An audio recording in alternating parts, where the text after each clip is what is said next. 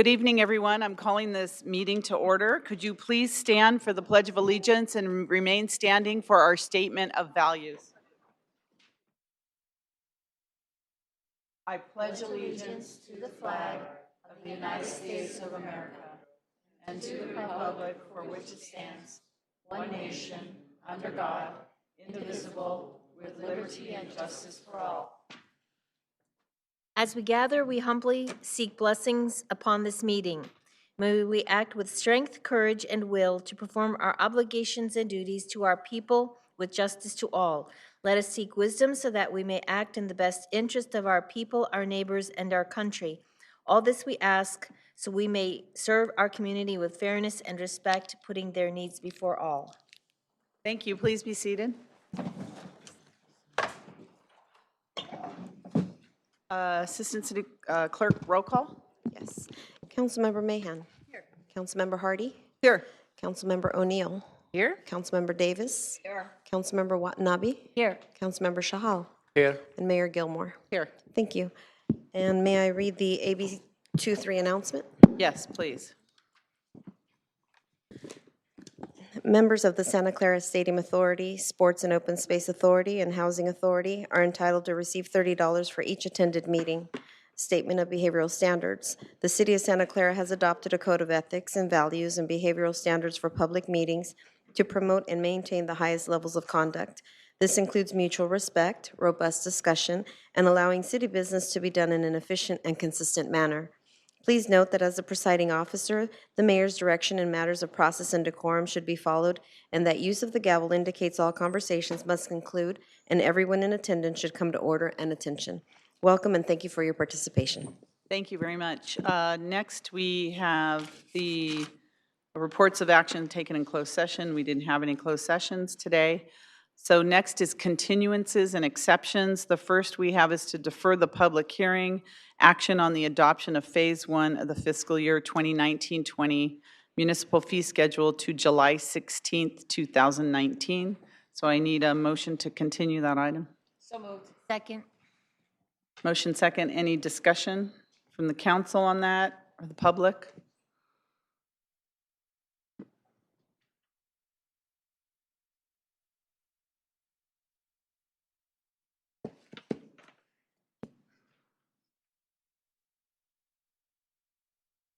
Please register your vote. I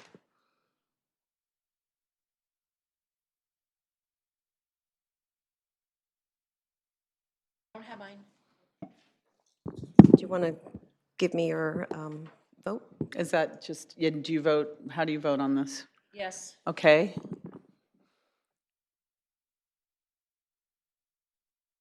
And that passes unanimously. Thank you. Do we have any other continuances and exceptions? Anyone on the council? Public? And in our city manager seat today, we have Assistant City Manager Nadine Nader. Thank you, Nadine. Are there any items from City Manager's office that you wanted to continue or any exceptions to the agenda? I know that there are certain items that have to be discussed at 7 p.m. Is it on? Oh, sorry. Actually, we do need to pull 2 items from consent and have them heard at 7 p.m., and they are 2 KK and 2 LL. Okay, can I have a motion, please, to pull those 2 items to from the consent calendar to be heard at 7 p.m.? So there's a motion Second. and a second. That's 2 KK and 2 LL. Any discussion on that? Remember the public? We'll hear those this evening, but not until 7 o'clock. In the event we get to the consent calendar first.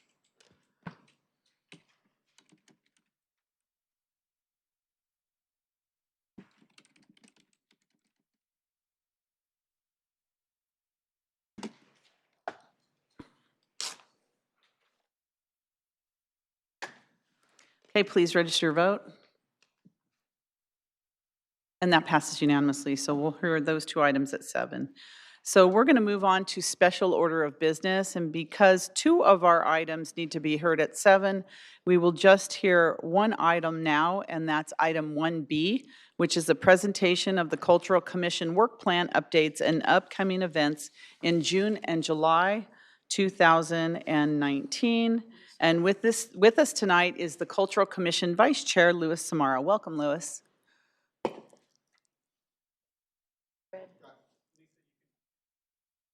Oh, I muted you by accident. Yeah. Okay, Okay, here we there you go. go. Thank You're you very free much. now. Go ahead. All right.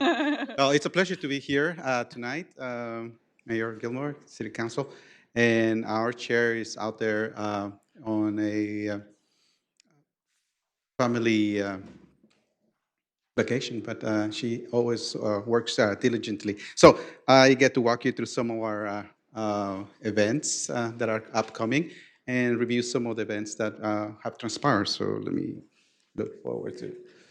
Just wanted to reiterate to the public that we would like you to follow us on Facebook, and we'd like to increase our social footprint. And we love you if you come and tell us and give us some more feedback and tell us more about our events and whether you like it or not, how we can adjust.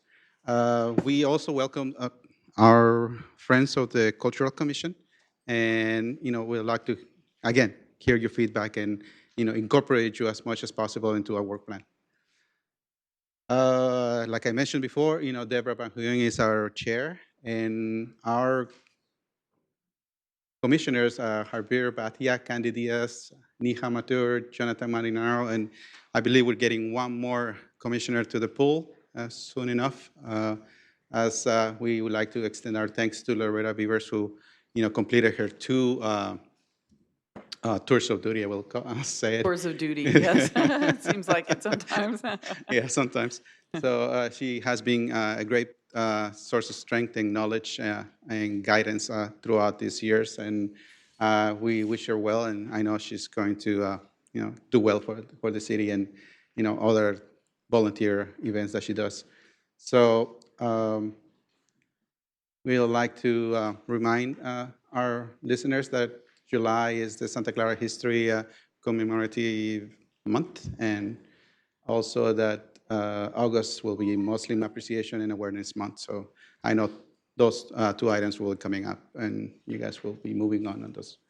I'd like to review some of the events that we have done, and we have a couple of first ones. First, we started the concert summer series in the North Side. It was a great accomplishment. And we couldn't have done it without our liaisons, our staff, Parks and Recs, and obviously you guys getting the word out. And we exceeded our expectations on the amount of people that attended. We calculate anywhere between 2,500 to 3,000 people, and for this kind of event, starting the summer series in a new venue, it's definitely outside our expectations. And we want to continue the planning. We want to continue adding more. We had food trucks, and we'll continue implementing new ideas into the programming. We're coming up onto the July 12th at Central Park. It will be Orquesta Latin Heat. Bring your salsa shoes. It's also a great event, and we put it back. We're back at Central Park. The first item that I want to talk is about our event on July 21st. That's going to be a Children's Center concert. It's going to be performed by Genevieve Gaines. She is a Disney star, and she brings all her energy, and she's going to do a great concert. We have a couple of other activities, so we're trying to get the word out that this is for children at the Central Park. And then we're back to our regular programming. We're continuing to making progress on our planning for our street dance at Franklin Square. So that should be coming up on July 2nd. So with that is our concert series went on our way, and we hope to give you more information in a couple of months. And when we wrap up this thing, we would like you to come and visit with us more during those events. And we appreciate the public for coming out. Any questions?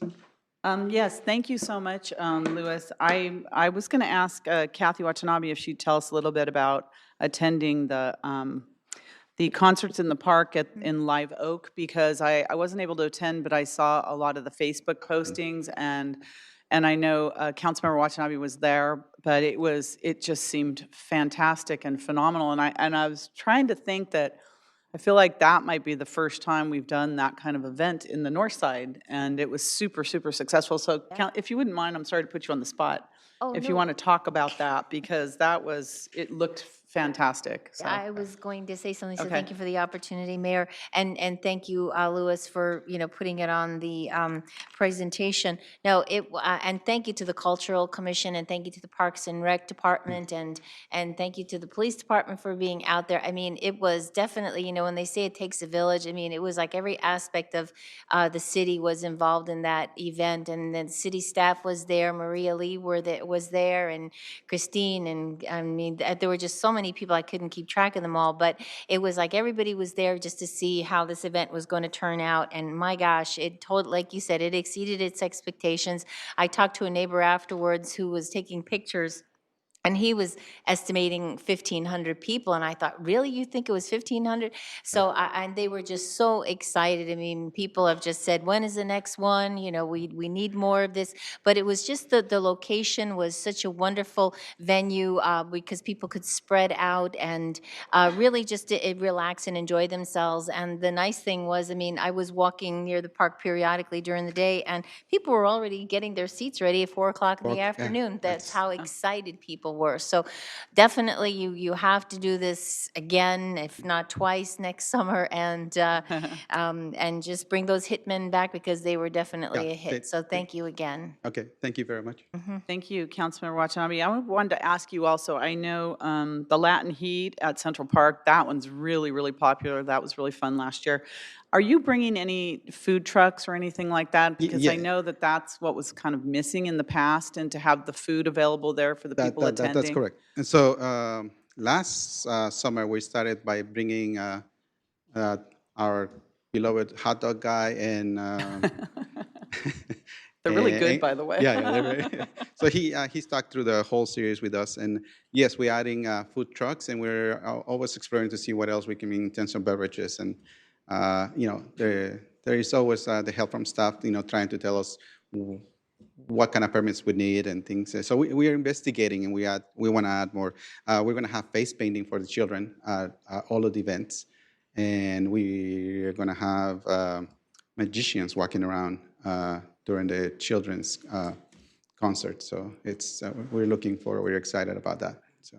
Well, thank you for what you're doing, and thanks to the Cultural Commission. Please convey our thanks, and to the Parks Department, Parks and Police, and everybody that's been involved. They're getting better and better every year, and people are more excited. I know everyone's really excited for the street dance at Franklin Square. That's always really fun, and when the Parks and Recreation Department got involved last year with the Cultural Commission, it really upped the quality of the event. So I know it's even going to be better this year. So thank you so much. Is there any other council member to say anything?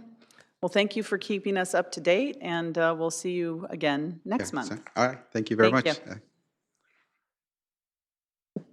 Okay, so we know where our funds coming from the next couple months. Okay, so next we're going to move on to our consent calendar. All items will be approved with one motion unless items are pulled for discussion. And just a reminder that item 2KK and 2LL will be heard at 7 o'clock. So Councilmember Hardy, would you like to pull an item from the consent calendar? Yes, I would. I'd like to pull 2K. 2K, single K. Yes. Okay. Okay. I want 2H. And Councilmember Davis would like 2H.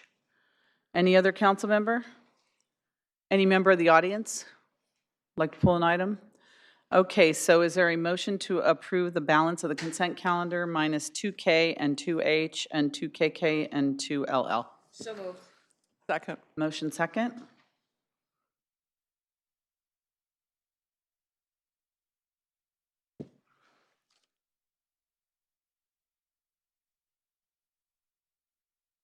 Okay, please register your vote. And that passes unanimously. So the next item on our agenda is, moving on, is, sorry, it's a really long consent calendar. Public presentations. Do we have any public presentations, any cards, City Clerk? All right. If there's any member of the public that would like to speak on any issue that's not on the agenda, please come forward. Yes, please come forward, any item that's not on the agenda.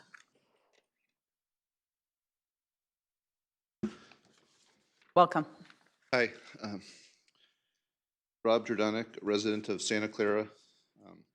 For more than 60 years, a 14-foot beautiful granite cross stood in the Memorial Cross Park on De La Cruz Boulevard. The cross was a historic landmark that marked the location of the second Santa Clara mission built in 1779. In 2016, you may recall that a frivolous lawsuit was brought against the city. The lawsuit claimed that the cross was not allowed, even though it is a historical landmark.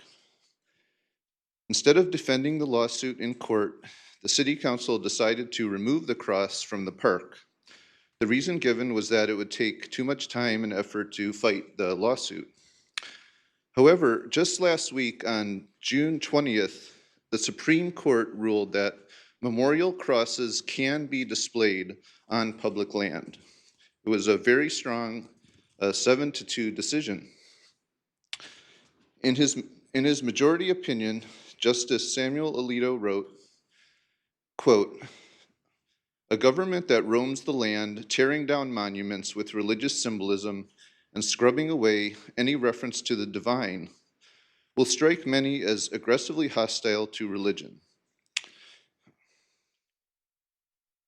Following the ruling, the U.S. Justice Department spokeswoman Kelly Laco stated, "The court's decision today is a win for protecting religious freedom and American historical tradition." Since the Supreme Court has now decided on this topic, there is no longer an issue with our city displaying the cross in our public park. I have personally contacted Santa Clara University, and the cross is safely in storage today. The university is open to returning the cross to the city. I would like to request that the city work closely with SCU to return the cross to its exact original location in Memorial Cross Park. Thank you. Thank you, and thank you for bringing that to our attention because I read about that as well, and people have been asking. So by consensus, can we just refer this to our staff? Because I don't know there's not a lot of, we don't have a lot of details right now as to how that affects us or not. So just consensus? Can we just refer this back? Thank you very much, and thank you for bringing that to us. Is there any other member of the public that would like to speak? Okay, seeing none, then we're going to move on to our next order of business, which is consent items pulled for discussion.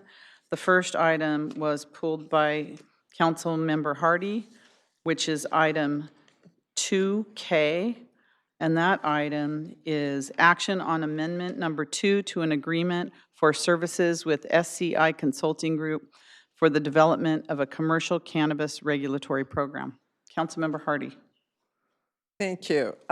When I saw this, I was a little concerned that it was on consent because this looked like it had the assumption we were moving forward with a cannabis situation, which we have not had that discussion. As a teacher at the high school, I'm not comfortable with this.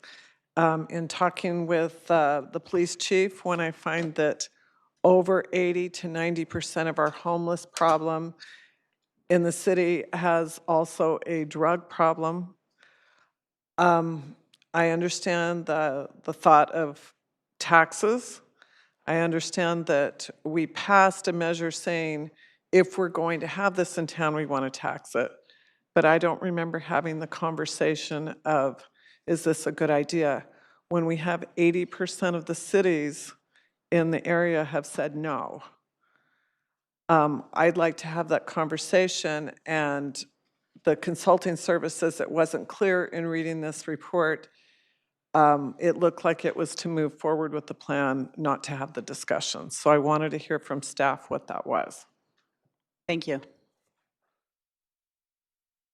Ruth Shikata, Assistant City Manager. The amendment that we're requesting council approval for is to extend the term of the contract. So right now, if Already contracted. just the term of the contract, which would allow the consultant to continue to work if we directed them to do so. And there's no presumption that there's a program or anything else. Thank you. Thank you. Any other questions on that? From the council? I'm fine. From the public? Any comments? Okay, is there a motion, Councilmember Hart? Then I'll make a motion to approve that. Second. Motion to approve and a second. Any other discussion? Seeing none. Please register your vote. And that passes unanimously. Thank you. The other consent item pulled for discussion is item from Councilmember Davis, which is item 2H, action on the 2019 evaluation report of the local hazard mitigation plan. Councilmember Davis. Chief Kelly, you didn't, this is your last meeting. You think I was going to let you get away? We have something on the end of the agenda from him, don't we? Oh, we do? Yeah, Oh, well, I good. thought I saw something. Anyways. Okay. I just had a couple questions real quick. On SC 12, it said develop and exercise a debris management plan. Is that, so my question is related to people were having, let's see, in Florida when they had the hurricanes and whatnot, and debris was piled up everywhere, and it took weeks for them to clear all this. So I just wanted you to kind of explain to everybody that how we were going to do this, because it said not yet started. So what is the plan for that? So That's an excellent question. I'm going to ask our Emergency Services Coordinator, Lisa Schoenthal, works in the fire you department. can't get away with this. Yes, but You're passing the I buck. have excellent help tonight on this. And yeah, Lisa's led the effort in updating his plan. She'll provide you with a report on that. Okay, Excellent thank question. you. though. Thank you.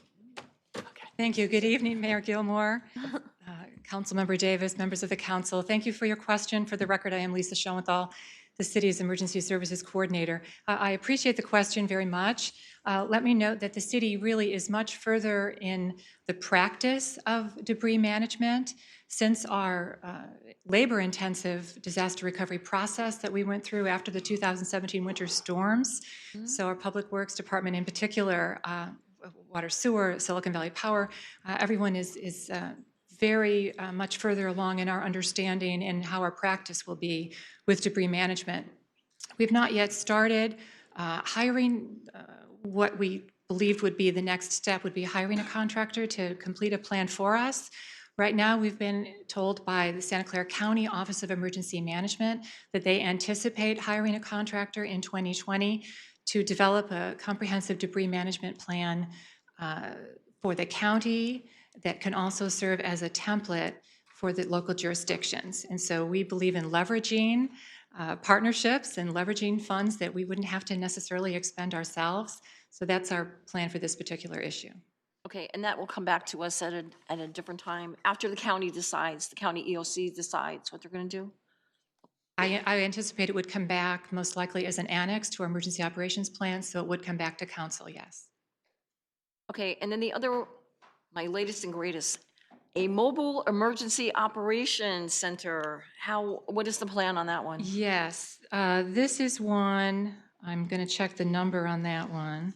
The Mobile Emergency Oh, Operations Center. SC17. Thank you. We've got a number of them. Yes, this is one that is a nice to have.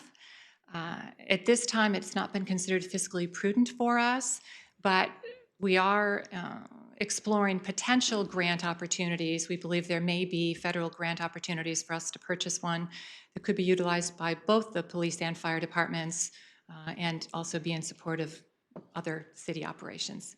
But we would like that to be a grant-funded potential opportunity, it's not something that was considered a top priority for us. Okay, are we working with the county on that one also for? We are not at this time, no. So we're going to do it ourselves? Okay, It's really not on my immediate list, okay. but it's a nice-to-have item, in my opinion, in the future. I think that was what I had. I wanted Bill Kelly to get up here. It's the last council meeting. I wanted him to at least get in there. Come on, Bill, it's the last one. Okay, thank you, Lisa, so much. Thank you. You have a motion on that? Oh, I'm sorry. I would like to approve the plan, the evaluation report for the local hazmat mitigation plan. Okay, there's a motion and second on that. Any discussion from the council on that or questions? Any member of the public? Okay, we have a motion and a second. And please register your vote. And that passes unanimously. Thank you, Councilmember Davis. So the next item we're going to move forward to is item number 4 on the agenda. All the next items have to be heard at 7 o'clock. So the one we can hear now is item number 4, which is action on approval and adoption of the City of Santa Clara Electric Department DBA Silicon Valley Power Wildfire Mitigation Plan. Is there a report on this? Thank you very much.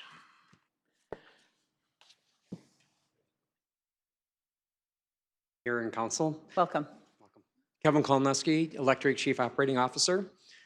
So back in October of last year, we came to council to talk about the wildfire mitigation plan, and we were directed to go back and develop a plan. We're on the clock for the development by January 1st of 2020. Our goal was to have this done coming into this year's wildfire season. As you know, there's a lot of dialogue about wildfires. And in 2018, there was probably 100 deaths caused by fires. 50% of those were caused by the electric grid, and predominantly PG&E.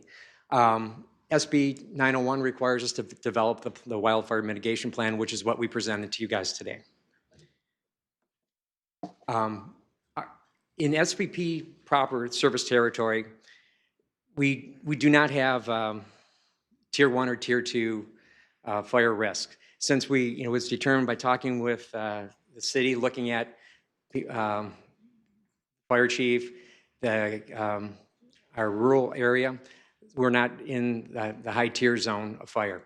So due to our infrastructure and communication and emergency response, where our risk is where we have transmission assets for our generation facilities.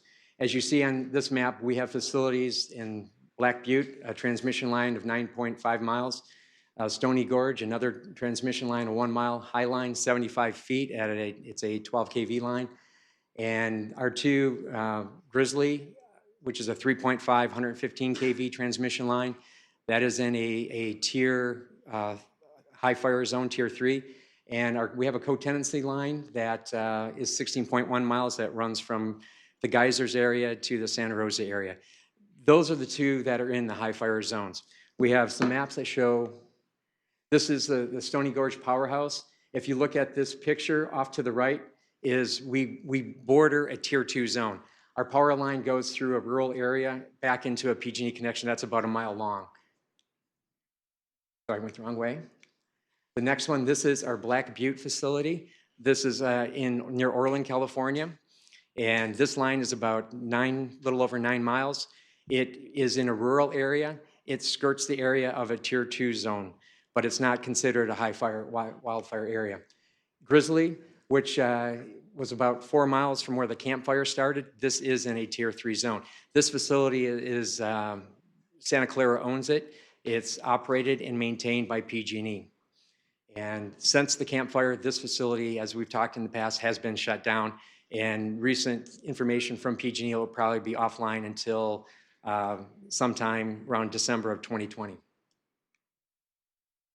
The wildfire mitigation plan has 3 goals: minimize the risk of igniting a wildfire, improve the resiliency of the grid, and measure effectiveness of the measures implemented. In the 35 years that we've had facilities in these areas, we've had one fire which occurred in 2015. It resulted in, I think it was October 6th, there was a bird strike on the Black Butte line. It caused about a 500 square foot fire. It was promptly put out because that area, again, is more rural. We have not, one of the things about wildfire mitigation plan, you got to look at the resilience of your system. How many times have you had wires down? We have not had, in any of these facilities to our knowledge, have not had a wire come down. All these facilities are relatively new in the vernacular of an electric grid. They're all less than 35 years old. The line that the Grizzly Power Plant did tie into, the PG&E Palmero Caribou line, was built about 100 years ago, and we found out in the last week PG&E is decommissioning that line. So just kind of puts in perspective how new our facilities are. Now, in the mitigation strategies, one thing that we did as we walked into this from the council meeting is we approached Davie Resources Group. They're a company that does inspections. We had them inspect the Black Butte and Stony Gorge areas. And as a result of those inspections, we went through and we're in the process of trimming over 200 trees. Our goal was to have that done. We have probably a handful of trees to do, but our goal is to have it done by July 1st, which we're progressing with that. And they've gone through and reviewed our operating procedures, our maintenance procedures, and we are in compliance with the standards that are required for this plan. One of the things that we're doing now is, over the last couple of weeks, as we saw PG&E implement one of their public safety power shutdowns, we started monitoring the weather stations near the Orland area, and we've done training with our folks here at Control and the Orland water users who operate that facility to make sure they're familiar with what we're requesting them to do. So if in those areas, we will more than likely be we'll be the recipient of PG&E doing a power shutoff because our lines tie into PG&E's transmission areas. We have 60 kV and 115 kV and a 12 kV. And we have instructions if there's an issue, we're going to go out and patrol the line before we bring the plant back on. Or if there's like we have had red flag areas, but they haven't exceeded the gust winds of up to 45 miles, which would require action. We have reviewed our wildfire mitigation plan with CAL FIRE's Tehama Glen unit. We met with their battalion chief. We've incorporated the comments. We have an independent evaluation that needs to take place. We're still waiting for the state of California to identify the contractors to do that. They've committed to having the list of contractors that are available to do this by March 30th, which is after the date that we have to have it implemented. So our plan is we will, once the contractors become available, we'll present to them the plan that you guys are going to be hopefully approving tonight, and then we will update and incorporate their changes and bring it back to you guys for approval.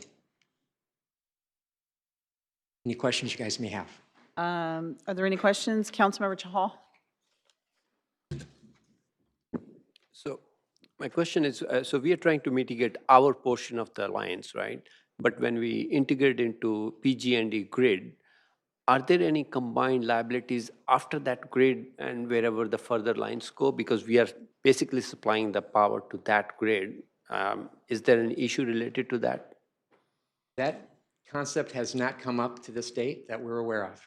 Okay. So PG&E operates and maintains their grid as an island. We pay for to move our power on the line, but nothing has come up to that extent, and we do not believe it's going to. So that basically, from there onwards, is wholly PG&E Yes. liability onwards. Okay. Yes. Thank you. Thank you. Any other council questions? No? Seeing none? Thank you very much. Thank you. Are there any members of the public that would like to speak or comment on this report? Okay, seeing none. Council? Motion to approve. Motion to approve number 6 of the contract. Is this the right one I'm on? No, sorry. We're on item 4. Hold on. Okay, this is yes, I got it. Hold on. Okay. Recommendation, approve staff recommendation alternative one, approve and adopt the 2019 Silicon Valley Power Wildlife Mitigation Plan. Is there a second? Second. Motion second. Any discussion on that? Seeing none? Please register your vote. And that passes unanimously. Thank you. Council, I'm not sure there's anything else that we can talk about. We are going to have to adjourn for the next 20 minutes and start again at 7 p.m. Thank you. So we'll take a quick 20-minute recess. There are not any other items we can hear before 7 p.m. So we'll be back at 7. Thank you. You're a lucky charm. You're a lucky charm.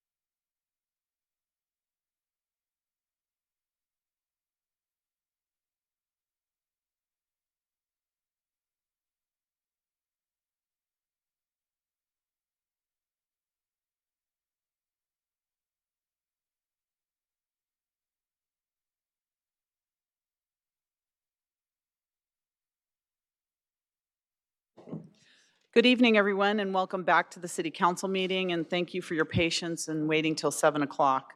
So we're going to go back to the beginning of our agenda, and we're going to start with our special order of business. The first special order of business we have is a special presentation of the 2019 City of Santa Clara Silicon Valley Power Scholarships. So we'd like to, we're happy to present these scholarship awards to students who have a goal of entering a field related to energy services, public power, and/or the power industry. So all of these students have demonstrated an interest in pursuing a degree or in the professional development in a field related to energy services, public power, and the power industry. So applicants are evaluated by volunteer members of our local academic and business community. Including this year's recipients being recognized tonight, a total of $222,000 has been awarded in scholarships and grant funds. So as you can see, our Chief Electric Utility Officer, Manuel Pineda, is here to provide a few acknowledgments and to recognize the awardees individually. Thank you, Manuel. Thank you, Mayor, members of the council. As you can imagine, it's a great pleasure to be here tonight. Always great fun to do this kind of events.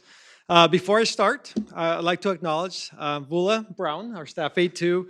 She administers the SVP scholarship program since the beginning, and it's a lot of hard work, and she does a great job at it, and she has me all prepped to be up here today, so I have to give her all the credit. Thank you. So thank you, Vula. Thank you. Yes. As you can also imagine, programs like this can run without volunteers, and this program's success relies on the efforts and volunteers from the local community.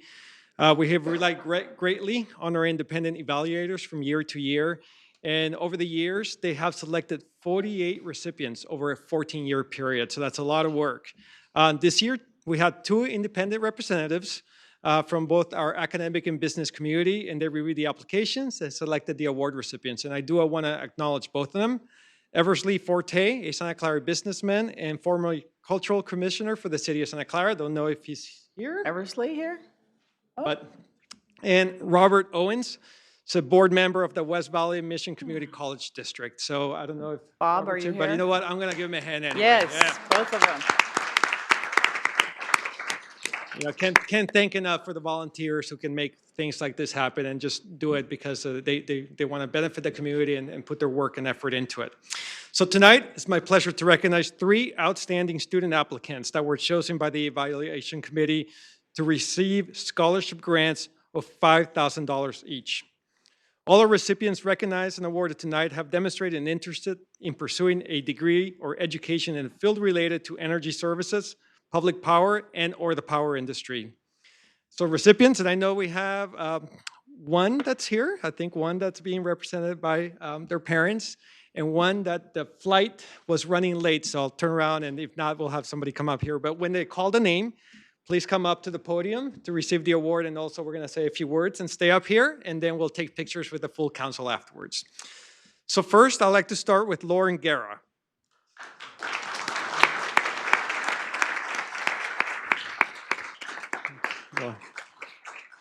Lauren is anticipating pursuing a bachelor's degree in civil engineering from Santa Clara University in the fall. Civil engineering, that's me.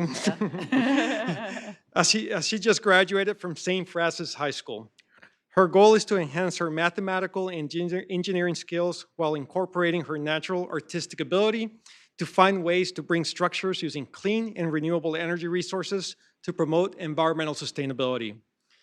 Lauren was active in the Art and Film Club, served as a teacher's assistant for world literature and chemistry, has played competitive soccer, was the team manager for varsity basketball, and was on junior varsity swim team during her time in high school. Just reading that made me tired, so really good job. Lauren has served as a summer kids camp counselor at Santa Clara University for 6 years and has worked in aquatic therapy to people with physical and developmental disabilities through the Santa Clara Senior Center. So congratulations.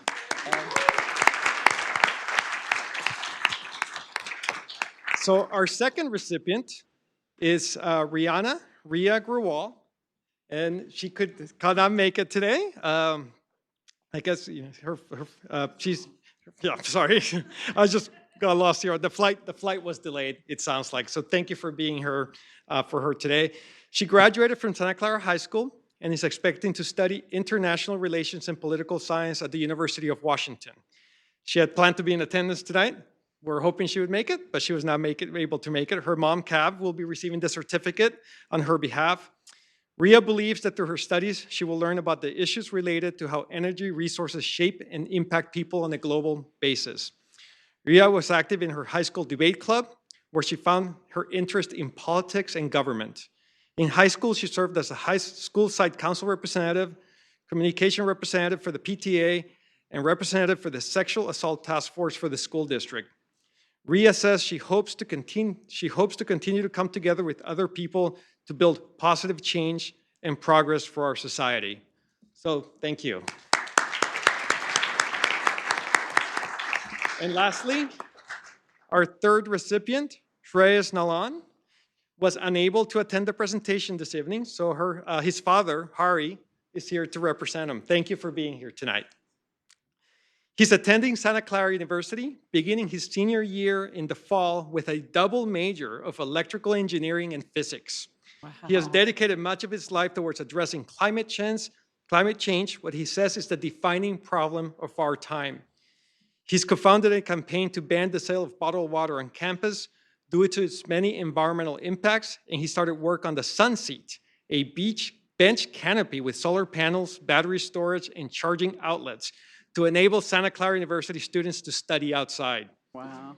Currently, he's working on a research project to generate energy from rainfall, which has been funded for the upcoming year by the American Public Power Association's program. Its goal is to lead a novel, cheap, and efficient way to utilize the renewable resource. So let's give them all a hand. Wow.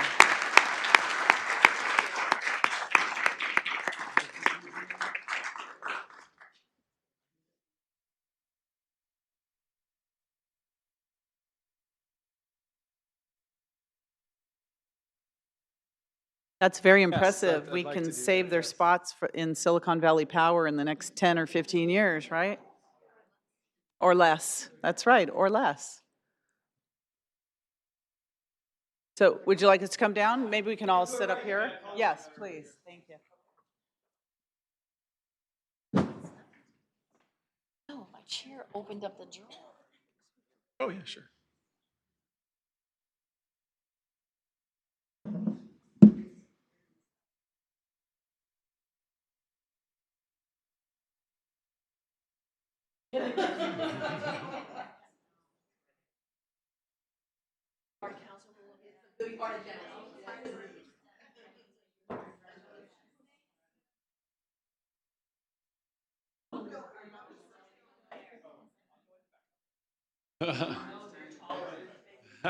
Perfect.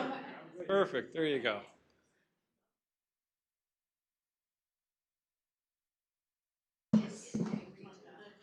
Okay, I'm going to take several pictures. So there's one, I'm going to take two, and one more. And then I'm going to take a picture with the phone here. So ready, 1, 2, 3. 1, 2, 3. We'll just do 3 of them just because it's a fun number. Okay. All right. You're welcome.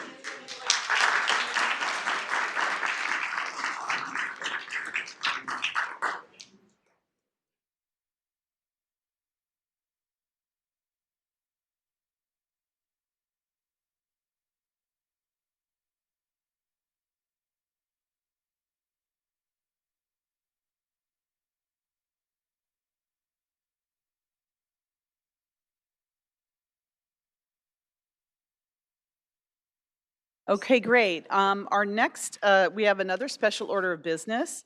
And so this special order of business is recognition of the Santa Clara Women's League donation of $15,000 to support the Senior Center's Health and Wellness Case Management Program and the Be Strong, Live Long Health and Wellness Fair. So tonight I'd like to invite President Marty Rigoni forward and members of the Women's League up to the podium. Welcome. Good evening, Mayor Gilmore, City Council members, and city staff. My name is Marty Rigoni, and I am the current president of the Santa Clara Women's League. I'm here along with many of my fellow members Here? They're up? coming. Okay. And we're here to proudly present to the City of Santa Clara $15,000 for the Health and Wellness Program at the Santa Clara Senior Center.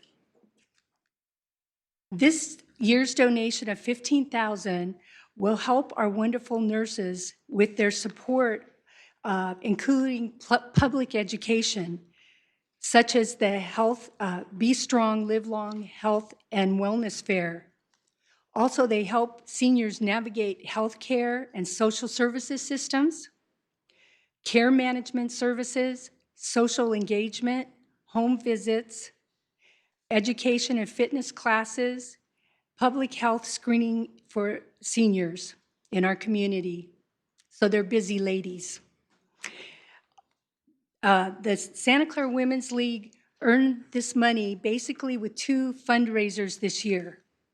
We made big, beautiful baskets for auctioning off at the Historic Home Tour in December. And then in March, we had our 3-day, very popular event called Showtime. And we've been putting this on since 1984. We want to thank the mayor and city council members for their support and volunteering to be in the show. Thank you very much. And we hope you will consider appearing in next year's show, which will be on March 6th, 7th, and 8th, 2020. Save the date. Okay, and we want to thank the city for providing the new community grant fund, which is helping nonprofits to do their good work. This grant has helped our organization continue to do good work for our seniors. The Health and Wellness Program has been proven to enrich the lives of our senior citizens and make this whole community and the city of Santa Clara a better place to live. Thank you. Thank you, Marty. Thank you very much.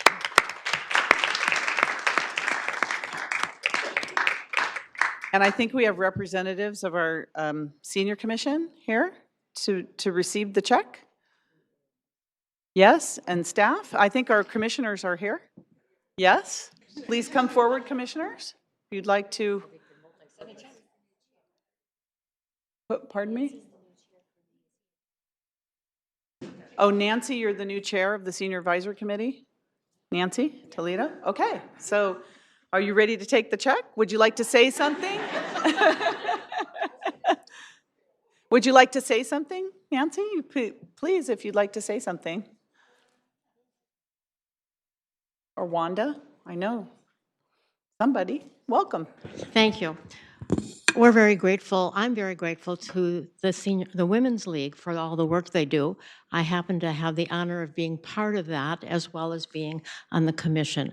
So it's a double pleasure for me to be here and see this check awarded and to receive it. Thank you very much. Thank you. Wanda, if you'd like to say something? I'd just like to say thank you for making us an age-friendly city. That's great. Maybe if you could all come forward, we can take a picture with you. And we know all that money every single dollar will go to good use. Thank you very much.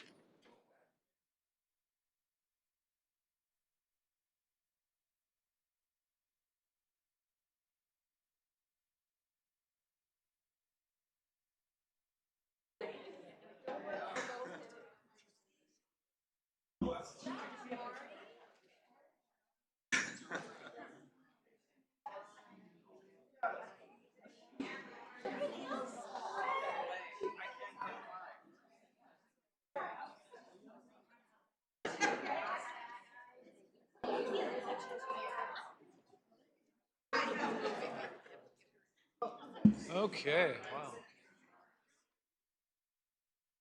Yep.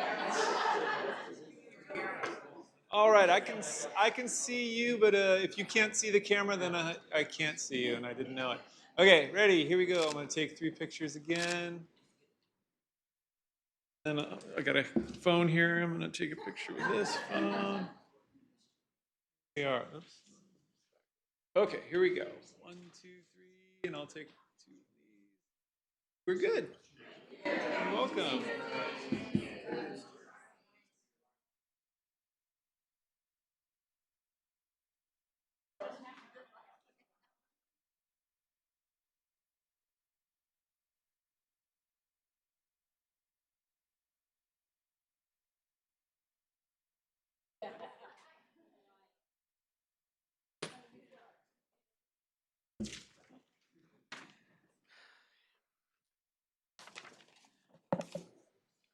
All right, thank you very much for that.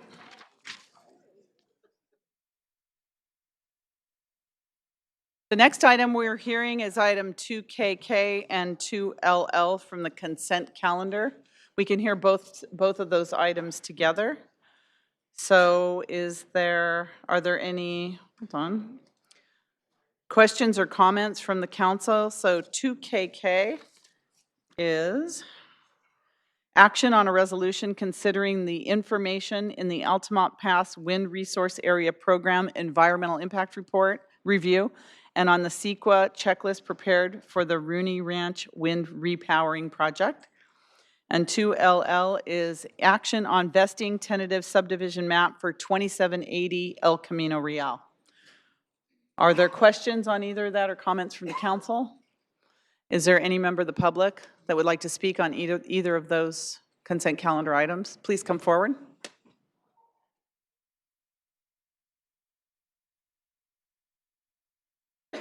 And maybe you can tell us if it's KK or LL that you'd like to speak on.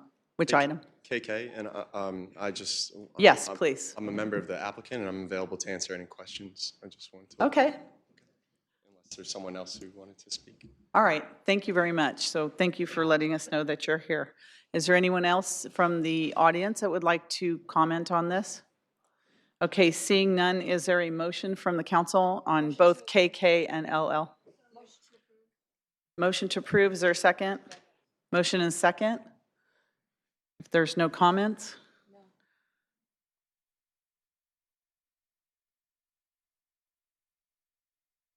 Sorry, Assistant City Clerk, we threw you a curve by putting them both together.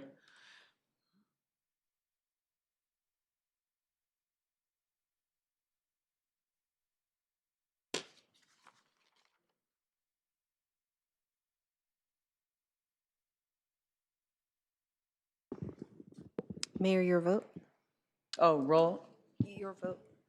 It's not showing, so it's not on my screen. I vote yes. And it passes unanimously. Thank you. Okay, I'm back on again. Thank you. Okay, moving on now.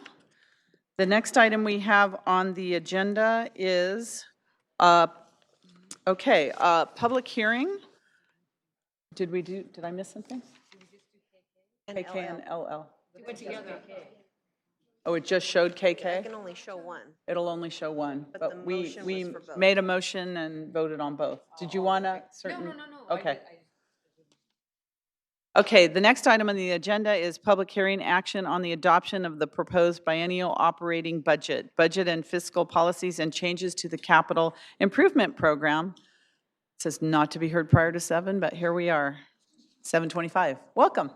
Good evening, Honorable Mayor, members of the City Council. My name is Ken Lee, Assistant Director of Finance, and my first budget before you, but I think it's a very exciting one to present to you the formal adoption of the budget today.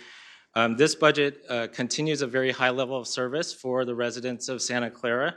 It invests in our resources in very key strategic City Council priorities. And it's our hope that it maintains or improves on the public trust for managing city funds. And so I have a handful of slides to walk through here today and answer any questions at the end of the presentation. Just for reference, our requirements for the city charter on the budget adoption is that the budget's presented to the City Council 35 days prior to the beginning of the fiscal year, which is July 1st, and noticed and advertised in the local newspaper 10 days prior to the July 1st fiscal year. And so this budget has met those requirements. And just taking a look at that road to the budget adoption today, it's a long road. We released the budget on April 30th, and we had our first City Council study session on May 7th, and we heard input and comments from you and from our residents. On May 17th, we the City Manager's Office received some amendments to the budget from the City Council. On May 21st, we started the revenue strategies study session with user fees.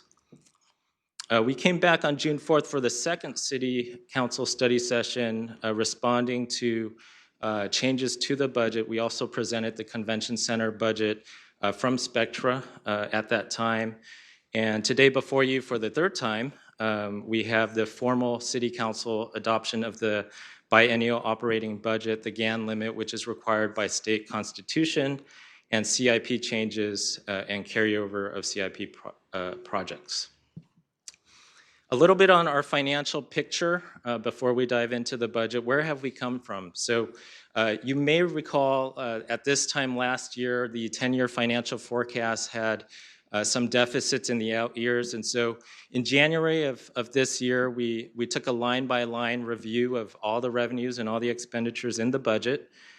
We looked at our methodology and our budgeting practice and revised our approach to CalPERS retirement costs based on the actual payments that we make to CalPERS and based on best practices in budgeting. We reviewed the budget with our revenue consultants for property tax and sales tax, and we've assumed a slowdown in the economy in this new 10-year financial forecast. And we went through with departments looking at our City Council approved service levels and what we call base budget process. We worked with departments to review the budget. And so the outcome of that in January of this year, the forecast looked a lot better. Most of those years, as you can see, it's in the black. There are a couple deficit years in year 3 and year 4, mainly due to that slowdown I talked about in revenues that we're assuming in the forecast. I do want to advise, on a general fund budget of approximately $270 million, these surpluses and deficits are very small, so it's on edge. The surplus, so the 2 years of the budget before you, fiscal year 1920 and 2021, in the forecast we had slight surpluses shown there, and this slide shows you that very quickly through additional base budget changes, through MOU changes, and further analysis that surplus was quickly depleted, and with the budget before you, we present a 2-year balanced general fund budget. From a framework of the budget, it's balanced, it's fiscally responsible, and in prior presentations, we provided a list of risk factors that we know about that are out there, so we will continue to monitor those factors and bring forward any new update to the forecast as we hear.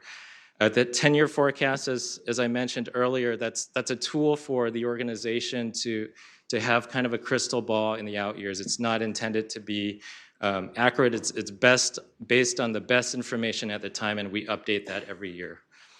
Reserves, as I'll show you in a future slide, have grown and have positioned the city well for a future slowdown.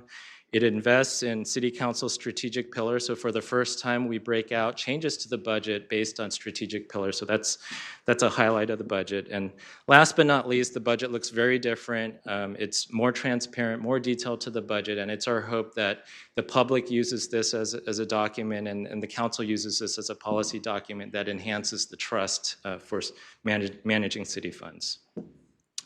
As we dive into the numbers, as you can see here, the operating budget's a little over $800 million on an overall budget level. Net, we manage over $1 billion of funds, so definitely not a small number. And then just for display purposes only here on the stadium budget, we've estimated a number here, but we will bring forward that budget annually next year. As we dive into the city reserves, the takeaway here is for select city reserves, we have almost $300 million tucked away for critical needs and for a slowdown in potential revenues. In the general fund, the focus is the budget stabilization reserve, and so totals almost $70 million here, and we've assumed $15 million from the sale of the Great America property at council discretion that could be reallocated if needed. And so I also want to highlight on this slide for the other utility funds for sewer, water, recycled water, our budget and fiscal policies includes policies for reserves for those utilities, and so for the first time that those numbers are reflected on this slide as well.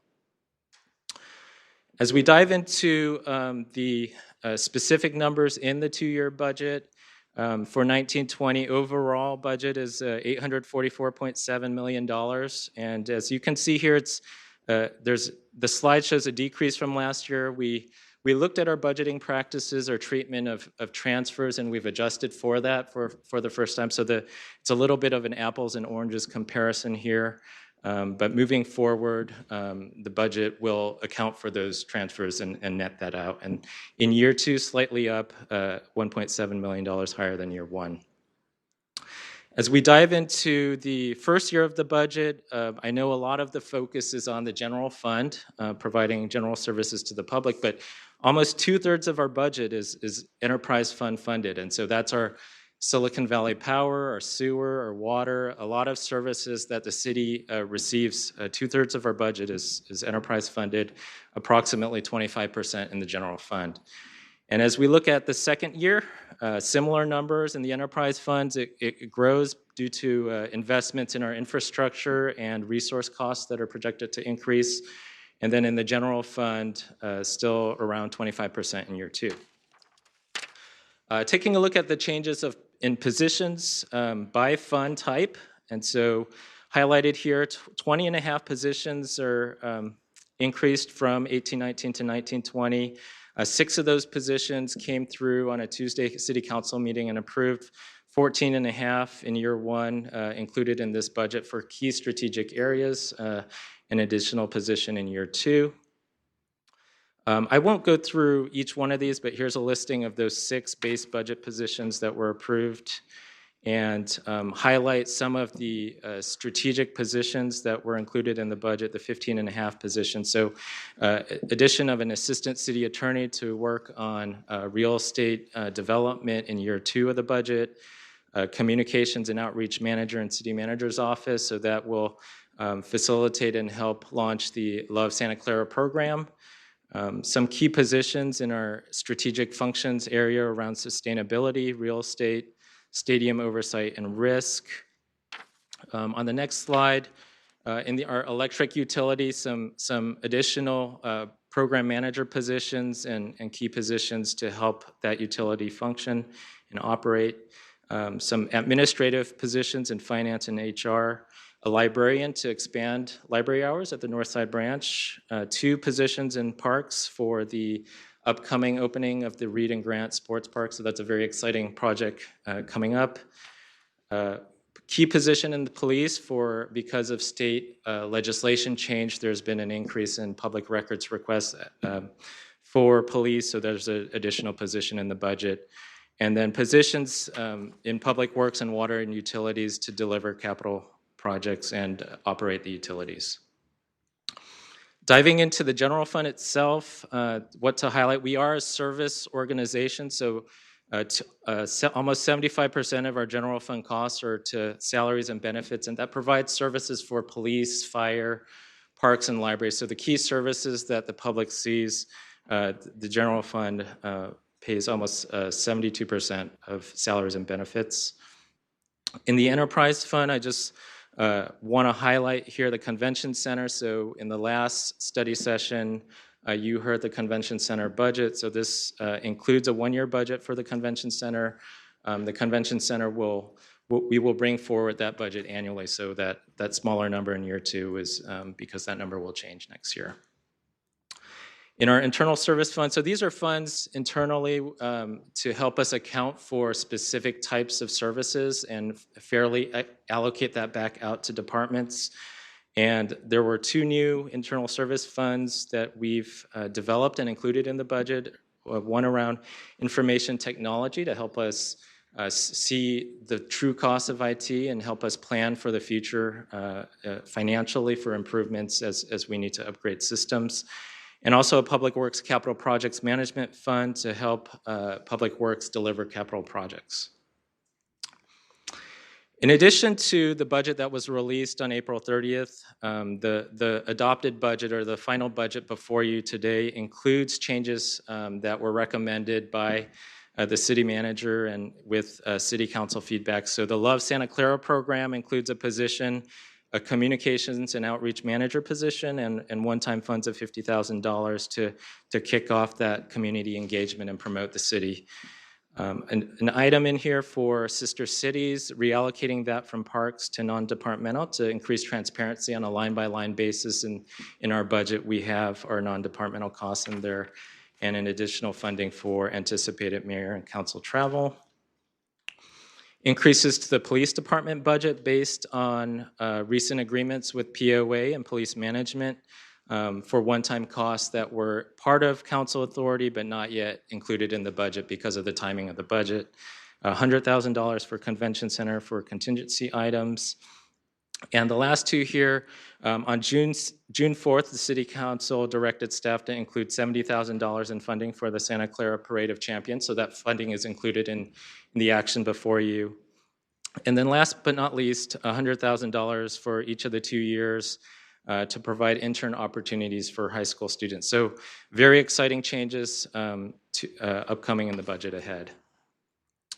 The second item, so there's two items before you. The GAN limit is a state requirement based on initiatives that were passed that restrict the appropriations based on specific revenues. And I'll translate it for you. Bottom line, we're well below that. We're at 38% of the limit dictated by state constitution. So before you is adopting a resolution to certify that.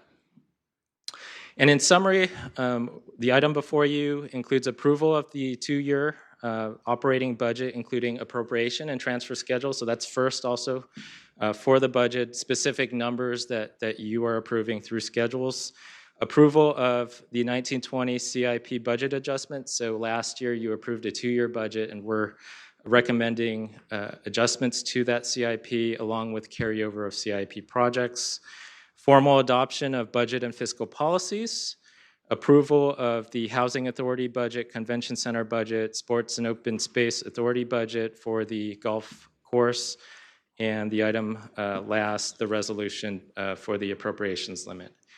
And with that, I'm available along with city directors for any questions that you might have. Thank you, Ken, so much. That's a phenomenal report, and this is a phenomenal budget. It's actually a work of art. I mean, if you really want to know about Santa Clara and where every single dollar is going, this tells the story, and it also doubles as a weight. It's the most heaviest thing I've ever A lot of pages in there. Carrying yes. around for the last month and a half. So thank you very much. Are there comments or questions from the council? I know we've had an opportunity and several study sessions, but thank you very much for that report. Sure. Councilmember Davis. Thank you. And then Councilmember O'Neill after that. Ken, Yes. again, outstanding.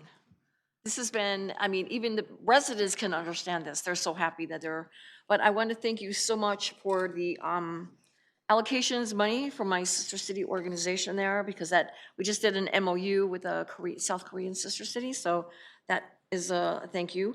And to the assistant city manager, the Love Santa Clara program, is that a standalone or is that to work with marketing and communications? How are we doing this? You mean, how are we going to Because launch the it was program? yes. So the new person that we're hiring, which we still need to go through the recruitment, will actually assist Lenka to bring the program up to speed. So Lenka will take this little thing on, okay. And I think the last question I had was, the interns, how is that going to be implemented also? Because we've never had them, so it's kind of, we did have them? Oh, Neil, okay. Yeah, it didn't seem like there were a lot, so. Yeah, I actually think we'll probably work with our Human Resources Department Okay. to start that program, and I think they've already started some research on that, and probably working with the Mayor and Council office as well. Yeah, because we get a lot of questions about that every year, so we just direct that to Human Resources. Okay, all right. Other than that, I'd like to make a motion when it's ready to approve this budget. Okay, we'll come back to you. And I think the Love Santa Clara was proposed by Councilmember O'Neill. Right. And the internship program was proposed by Councilmember Watanabe. So if they want to comment on that. Councilmember O'Neill. Yes, thank you. So in terms of, I want to thank the kind of maneuvering that was done to include a line item for my concept of a Love Santa Clara program, which is, you know, kind of a communications effort, but it also, I don't want us to lose track of part of what I was thinking about, that it also reflects a mindset from everybody here at City Hall, the council, the staff, as well as the residents in terms of, you know, because some of my thinking was, we all say we all love Santa Clara, and I'm always like, okay, show me that you love Santa Clara. So the, you know, it's going to go, you know, it's a range of activities, but it's also a focus on making sure that people continue to love living in Santa Clara. And so for me, it also means that it's a focus on being a resident-centered city, which I've said, you know, in the past, because sometimes it's easy to get wrapped up in all of the, you know, the enterprise funds and the hundreds of millions of dollars and all the stuff that's going on. But to remember that it is about the residents. And so the little things that we can do as residents, as council, as staff, to make sure that everything we do, we're trying to find a way to make life better for the people who live in this city. And, you know, whether it's, okay, we've got some extra money, can we fill those potholes faster? Can we do some, you know, can we spend some more money on traffic calming? Can we, you know, and I, because the other comment I wanted to make about, I have learned this over the years from my life in the corporate world, and also when I got involved in a lot of nonprofit organizations, and particularly when I was on the school board, your budget should reflect your values and what your strategy is. And if you can say all pie in the sky kinds of things, but if your budget doesn't reflect that that's where you're putting priorities, you've got a disconnect, you've got a problem. And I think we're really working hard to make sure that the budget does reflect what we've heard from the residents, the things that they want. And I know we get messages from residents and things like that, and there, you know, one recently that, you know, you're not doing anything for the community, you're not doing this or that, and, you know, it's kind of like, well, you know, you come to the State of the City events, you know, come to the dedication of the Eddie Souza Park, come to expanded library hours, you know, come to the police department open house, you know, all those things, you know, when we have our next grand opening for the Reed Street Park. I mean, those are all investments that we as a community are making to make life better for the people who live here.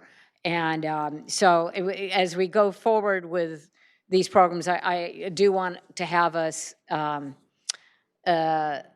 look at what those quality of life things, because my other priority that I had suggested for this year that didn't get very much momentum behind it was to have a community benefits policy that for everybody that would do business in this city would see, you know, these are what the minimum expectations are in order, you know, that we expect you to be a partner in our city, and that you're going to invest in our city, whether it's by doing things like donating a bookmobile or paying for traffic calming, or making sure that your project is as beautiful as it can be and that it has a place for people to walk their dogs, whatever it is.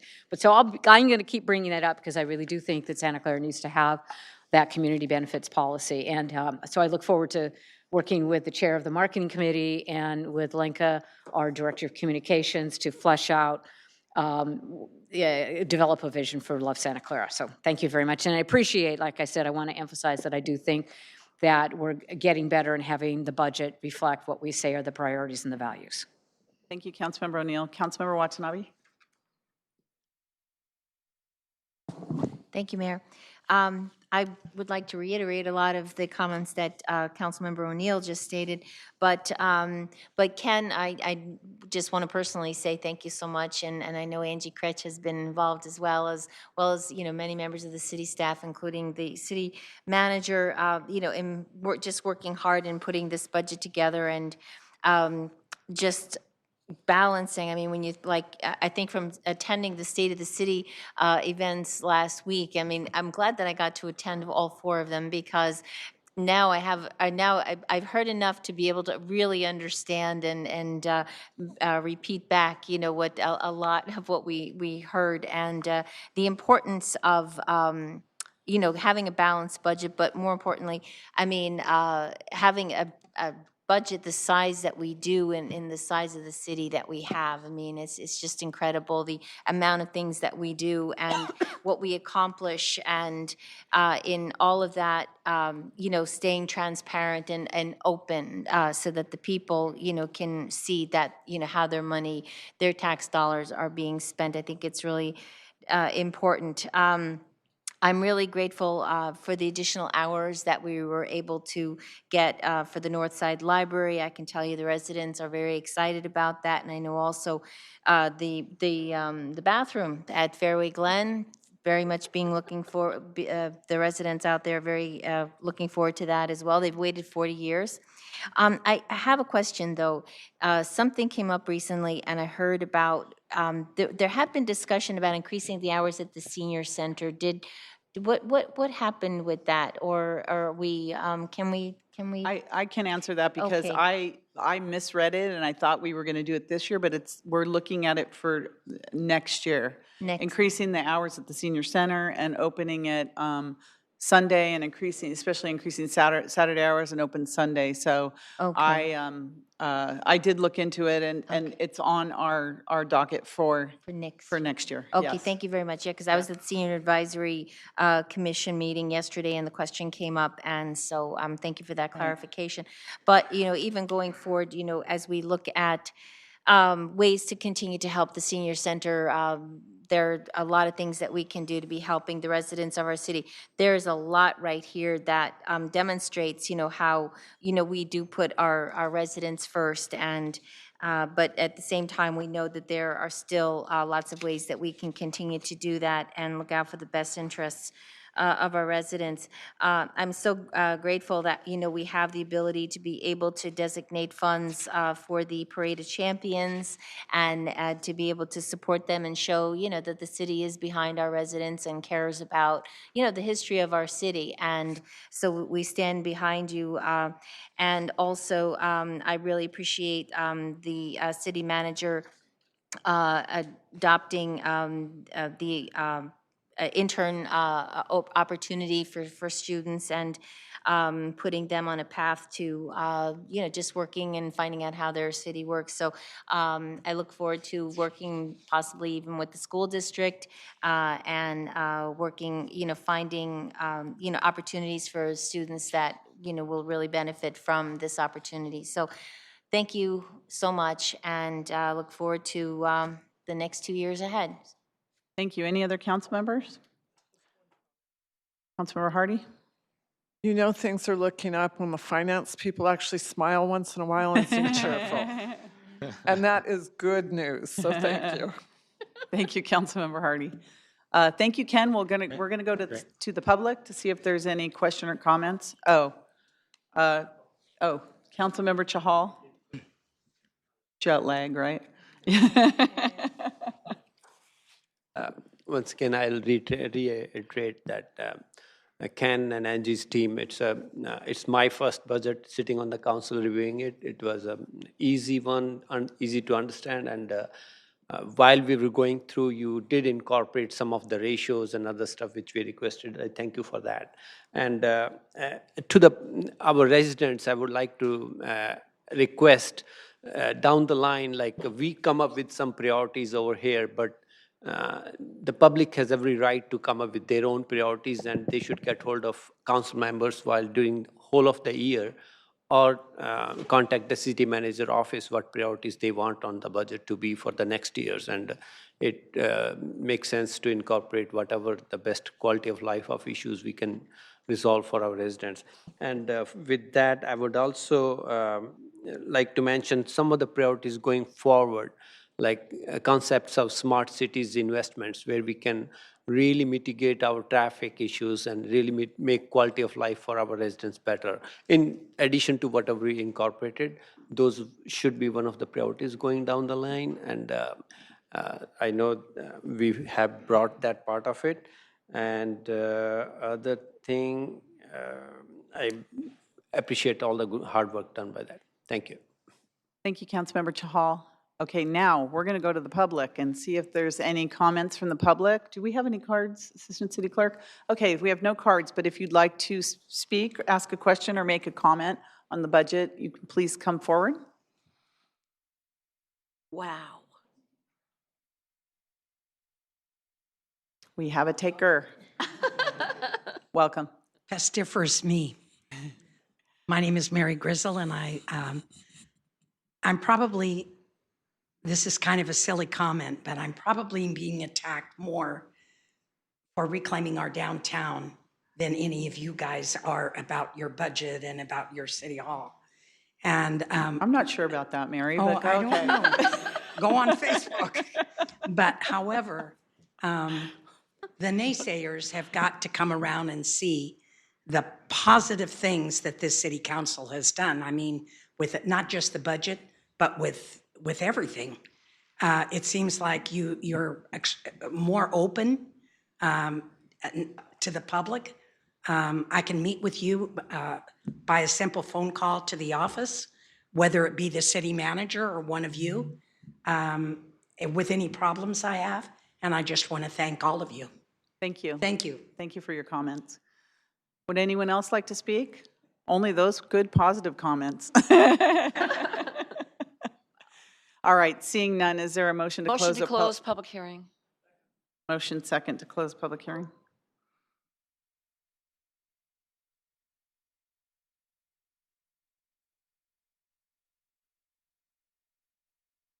Please register your vote.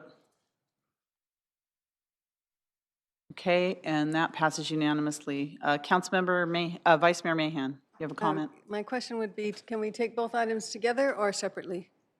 So are you talking about an action on a resolution establishing the fiscal year appropriations limit? Well, A and B, 3A and 3B. So that's item 3A and B, that's the question. City Attorney, we can, yes, we can.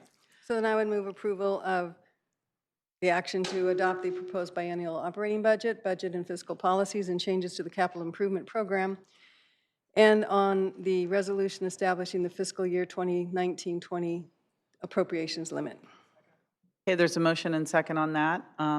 Any other comments from the council? I just wanted to say thank you not only to the city manager and all of her staff, but all the department heads, the finance department. Ken, great report. Angie, thank you. Everybody worked so hard to put this together. This was a huge city and group effort, and to change, to fill the gap with the deficits that we were facing and to come up with a balanced budget and a plan for the future is really, really amazing.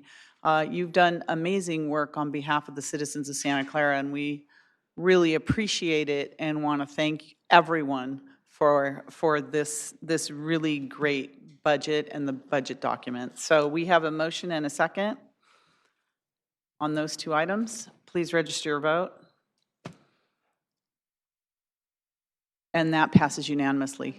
Thank you. Yay. Now let's start on next year. No. They're going to sleep. No, they're going to sleep for 24 Have a wonderful, hours. well-deserved vacation and summer. Thank you so much on that. But I'm still carrying this around. It's a great weight. Here we go. The biennial, two of them. Okay, and that moves us on to our next item, which is item number 5, action on the sale of city property consisting of portions of Fremont Street and Sherman Street at 575 Benton Street, and a resolution ordering the vacation of said public right-of-way with the reservation of a public utility easement. That's it. So I see Craig. Welcome. Thank you. Good evening, Mayor and Council. Craig Mobeck, Director of Public Works. So tonight I'm here before you for the vacation and the action on sale for Fremont Street and Sherman Street. And this is associated with the project at 575 Benton Street. So just a little bit of background on this project. It came before Council back in July of 2018. And Council approved the 575 Benton Street project. And so that project's being developed by Prometheus Real Estate Group, and it consists of over 350 apartments, over 22,000 square feet of retail and over 2,000 square feet of commercial. So along with that approval, council approved an addendum to the EIR, the rezoning of the property, the vesting tentative parcel map, as well as the development agreement. And along with that report and the development agreement, the approval included the sale of portion of Fremont and Sherman Street.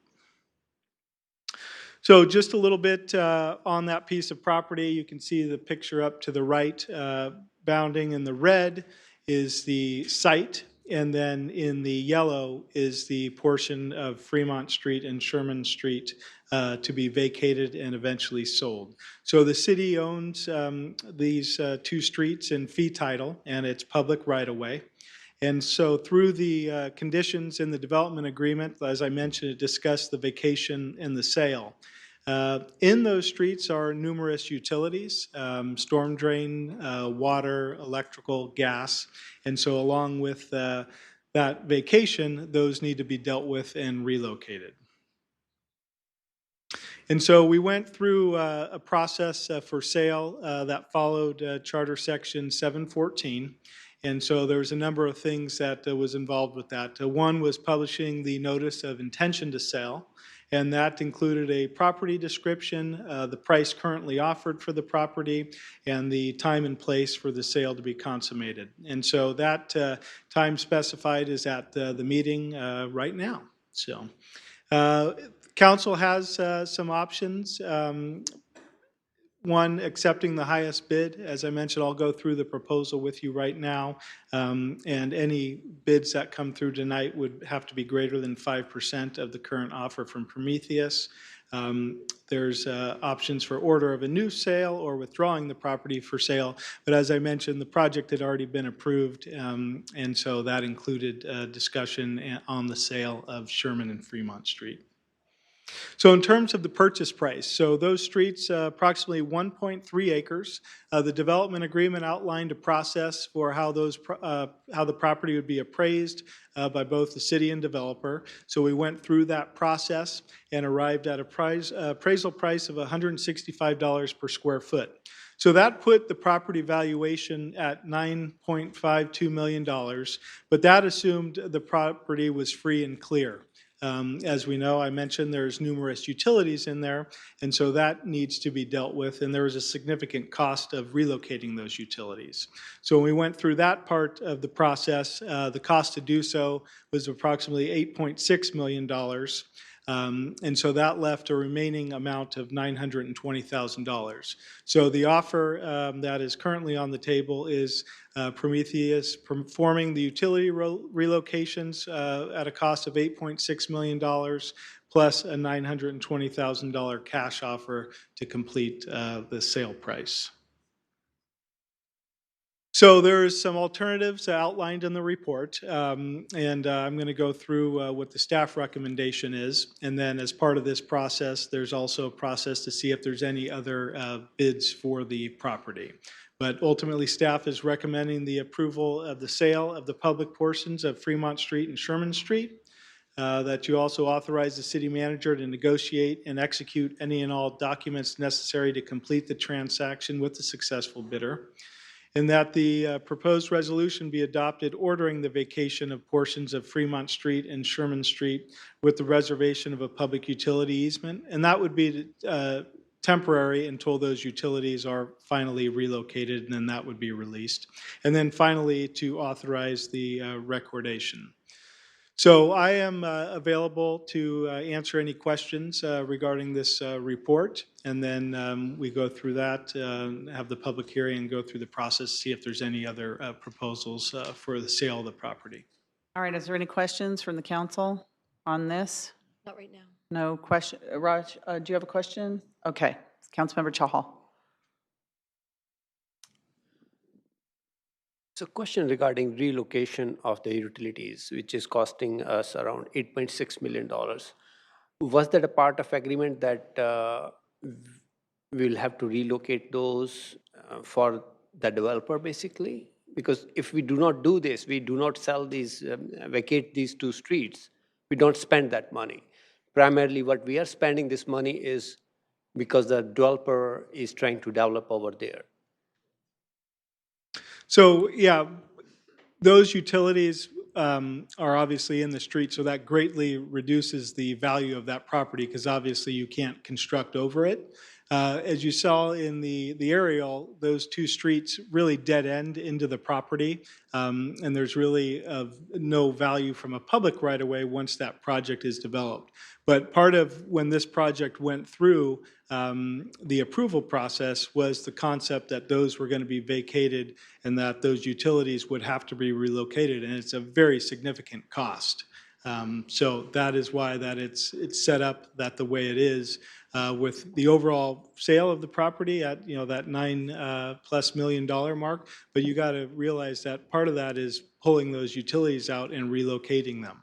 Right. So my question goes back to the financial sense of it, because primarily what we are doing is for the developer right now. Like we are vacating those streets and we are taking off the utilities for the developer, basically. 1.3 acres, like 1.34 acres. So I would have,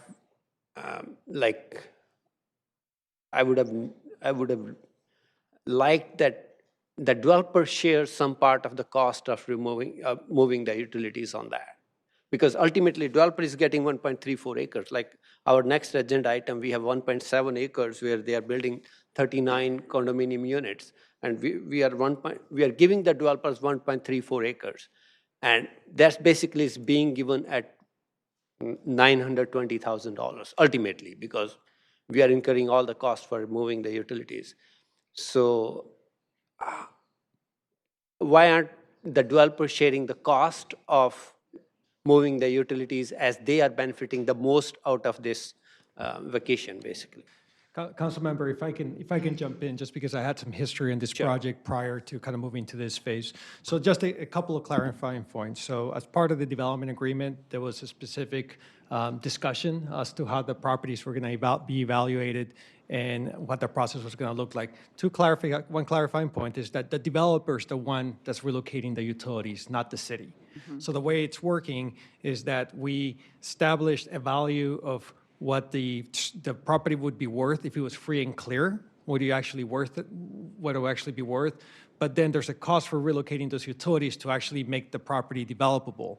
So they're actually the ones doing the relocation, and they get a credit off the cost of the land. It's not the city either paying money or the city contracting out to do the work. The developer's doing all the work.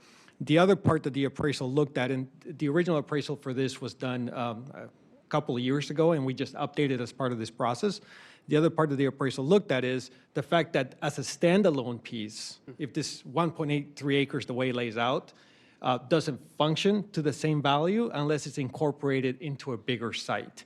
So the key elements associated with what they did at the time when they did the original appraisal that the city and the developer worked on and kind of set the parameters for this a couple of years ago was that what the value of the property was once you incorporate it into a bigger site, because that's kind of where it has value added, what the value was required to remove the utility so you could actually develop over it, and then the agreement actually required the developer to relocate the utilities, and then the city would take that off the cost of the land, because without relocating, the value of the land would go down. So that's kind of the process that went through as part of the original appraisal. And over the last year, staff has been refining the entire process to get to this final number. So now, I'll just say, as part of a development agreement, obviously the city ultimately does have options for negotiation, but this is what was negotiating as part of the development agreement at that time. Okay. So basically the city negotiated these terms where we are today. That's correct. Okay. And my point was, I think we could have done a little, I may be wrong, maybe we could have done a little bit better, because if we vacate that, and even if we take 1.3, let's say we mutually spent that money to move the utilities out of it, whatever amount is $8 million, right? And then we take a parcel of that on one corner of $1.3 million. Then I think we would have been much better shape, because now we have 1.3 acre of land free and clear, and we could have shared the utilities cost with the developer. Now developer has $1.3 million, 1.34 acres free and clear, and I know they're paying for it, but ultimately city is only getting $920,000. And That's correct, and I do want to acknowledge really good staff work over the last year to actually get to that number based on the original parameters that they were working under. But certainly, when you go through an appraisal process and negotiation process, there's also flexibility at that time. But we're working within the constraints of the original appraisal that was completed 2 years ago, as well as the development agreement that was previously approved by council as well. So those were the kind of the box that we were working under. And like I said, they've been working really hard over the last year to come to something that worked for the developer, worked for the city, and also provided some funds for the city. okay, thank you. Thank Madam you. Mayor? Oh. Vice Mayor Mahan, you have a comment? Yes, I do, because perhaps I can approach this in a different manner, Councilmember Shahal. So, to begin with, the storm drains, the sewers, most of all the infrastructure in that old part of town is woefully inadequate. I mean, I still have clay pipe sewers in front of my house. So to make this development work, all of that would have to be replaced, either at the city's cost or the developer's cost. If we had put this as a condition of approval on the development, it's quite possible, likely, that the development wouldn't happen because it is a big cost. So yes, we may have been able somehow to make it a condition of approval that the developer bear all of those costs, especially not knowing what's underground, and get free and clear value for the streets, but it would have ultimately cost it would all sort of equal out. It would cost the developer more, the prices would go up, and we're trying to build more affordable units and more housing. So, from that standpoint, I think it's a pretty good deal that the developer is going to put in all that infrastructure, and we're still getting, close to $1 million, so I think it's a pretty good deal. May I ask one follow-up question? Yes, go ahead. So the cost of moving the utilities is capped, right? We are not paying anything extra what we are approving today, right? It's That's correct. so that's capped, right? Okay, thank you.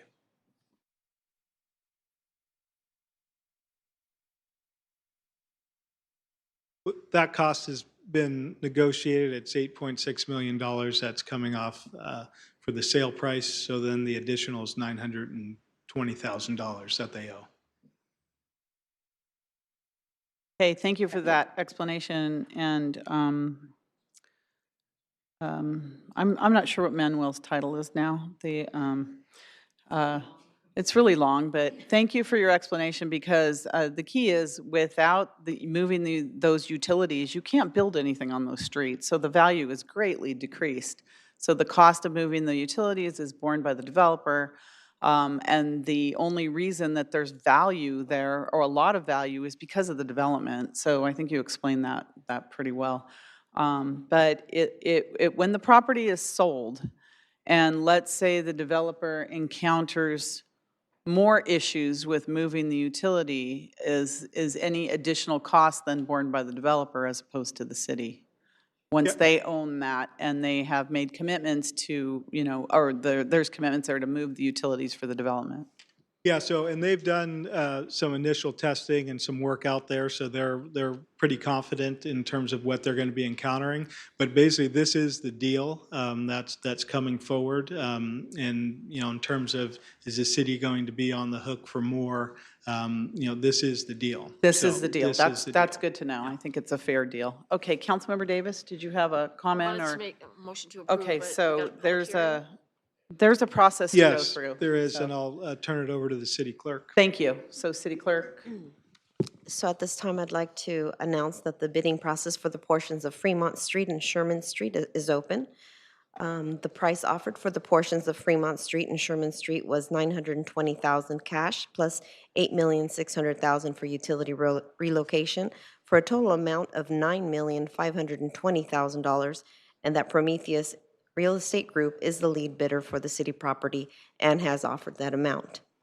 The notice of intention to sale was published in the legal notices section of the Santa Clara Weekly for 2 consecutive weeks. And at this time, I'll confirm receipt of the required deposit of $46,000 of the initial cash price of the bid, which was received today.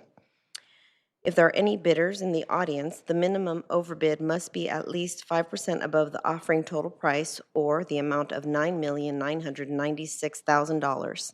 This includes $1,396,000 cash plus $8,600,000 for utility relocation.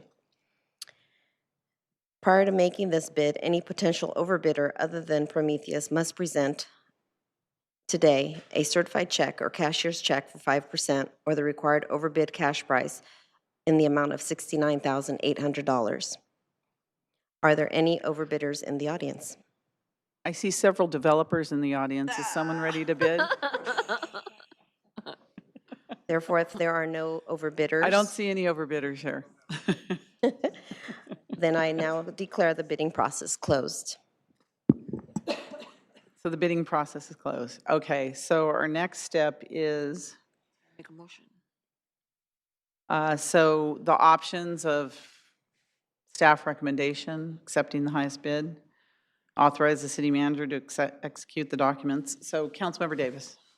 Thank you. I'd like to make a motion to approve staff recommendation to approve the sale of public portions of Fremont and Sherman Street, authorize city manager to negotiate and execute any and all documents necessary to complete the transaction with a successful bidder, adopt the proposed resolution ordering the vacation of portions of Fremont Street and Sherman with the reservation of public utility easement, authorize recordation thereof.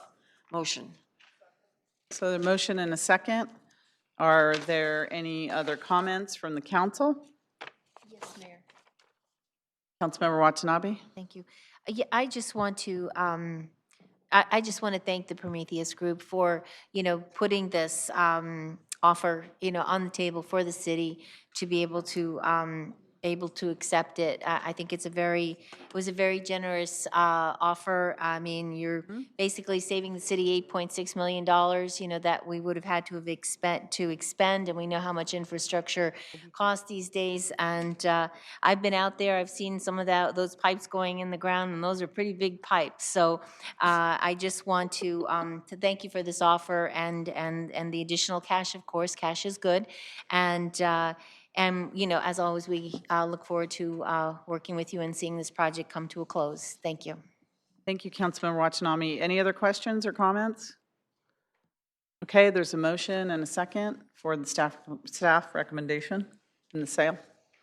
Please register your vote. And that passes unanimously. Thank you, and congratulations on your new streets. Okay, send us the check. All right. Go get it. Did you hear that, John? We've locked the doors. Get the check. You can't get out, John, unless you write that check. Okay, the next item we have on the agenda is a public hearing action on Catalina 2, the residential development project located at 1433 to 1493 El Camino Real, Santa Clara. Welcome, our director. Nice to see you. Thank you. I am Andrew Crabtree, Director of Community Development for the City of Santa Clara. Thank you, Mayor, members of the City Council. As just stated, the project in front of you is located at 1493 El Camino Real, referred to as the Catalina 2 residential project. The actions in front of the City Council include approval of a mitigated negative declaration and mitigation monitoring and reporting program, proposed rezoning of the project site to planned development to allow the construction of 39 condominium units, and approval of a vesting tentative subdivision map to create 5 condominium lots with 39 condominium units and 4 common interest lots. You can see on the aerial photo the site here. It's actually adjacent to the City Hall property in between Civic Center Drive and El Camino Real. And the property currently is developed with 1 single-family residence and 2 commercial buildings, all of which are vacant at this time. Just by way of project description, the site is a 1.7 acre site So with that number of units, 39 units, that would be 22 units to the acre. The for sale condominium units, they're attached and sort of arranged in these 5 groups, as you can see on the site plan. Each unit has its own attached 2-car garage, either as a side-by-side or a tandem garage configuration. There are a variety of open spaces on the site. There's a sort of in the midpoint on the right hand of this plan, there's sort of a common open space recreational area. The units would front onto a paseo. In every case, there's the darker green to the upper left is primarily a stormwater treatment area. And just below that, there are 8 on-site guest parking spaces that would support the overall development. And the project would include 4 affordable housing units. This is a conceptual site plan at this point. I'm sorry, a conceptual elevation of the project's frontage along El Camino Real. It's being described as cottage farmhouse style. The ground floor along El Camino Real frontage has been designed to accommodate live-work units. So those units have sort of the storefront windows, as you can see on this plan, elevation, and also areas for signage and so forth, should the future residents use that those units for commercial purposes. The architecture will be further refined through a subsequent architectural review process should the council approve the planned development zoning. The project was analyzed for consistency with the city's general plan. There's a lot of discussion in the reports, attached staff report to Planning Commission in particular, about general plan consistency. As mentioned, the project's currently proposed as 22 units per acre, which falls within the general plan density designation of 20 to 36 DU per acre, units per acre. It also falls within the height that's anticipated in the general plan for this area.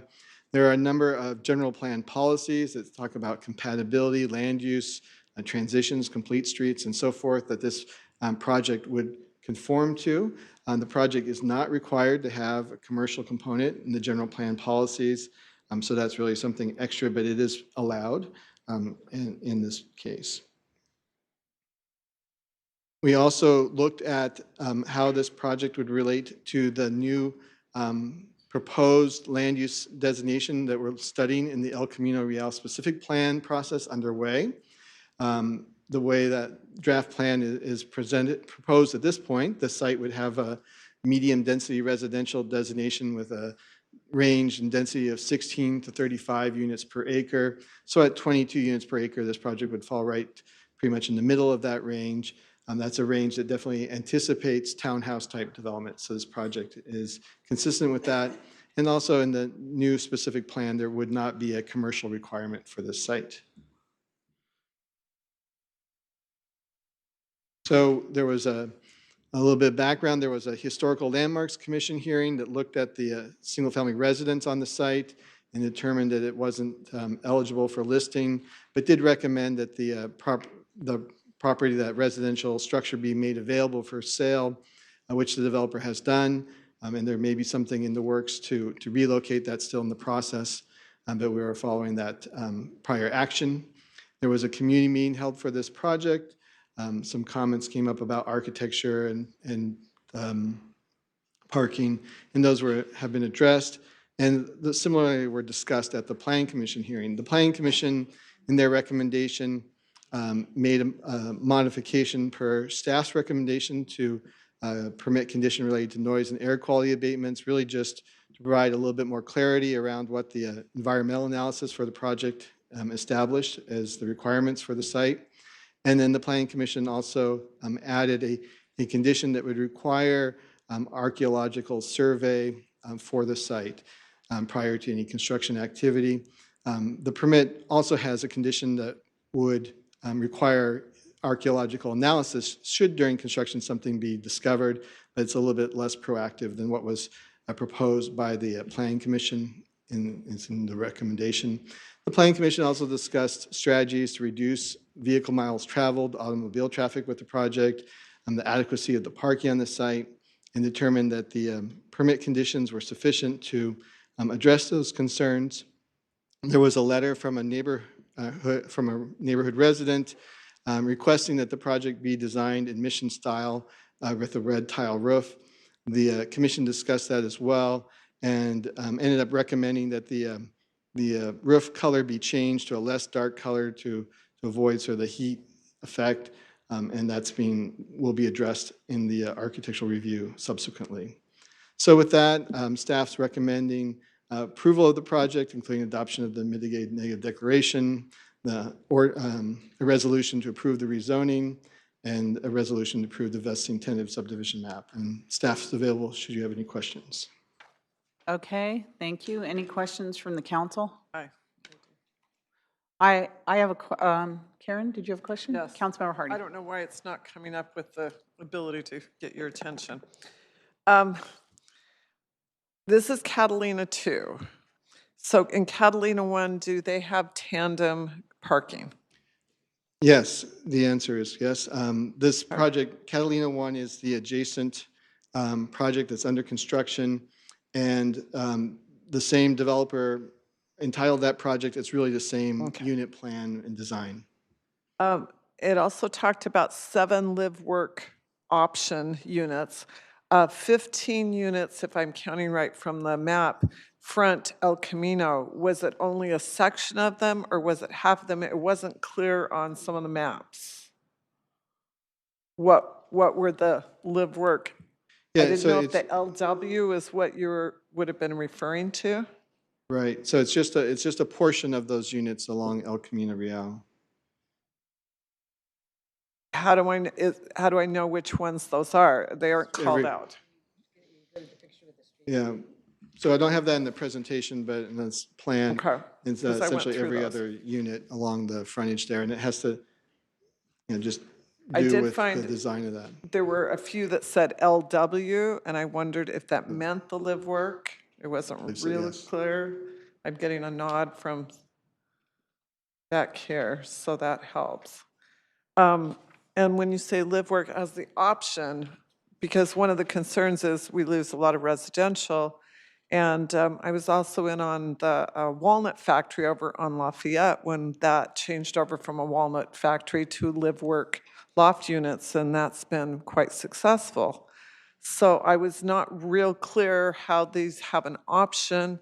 You showed a place for the signage.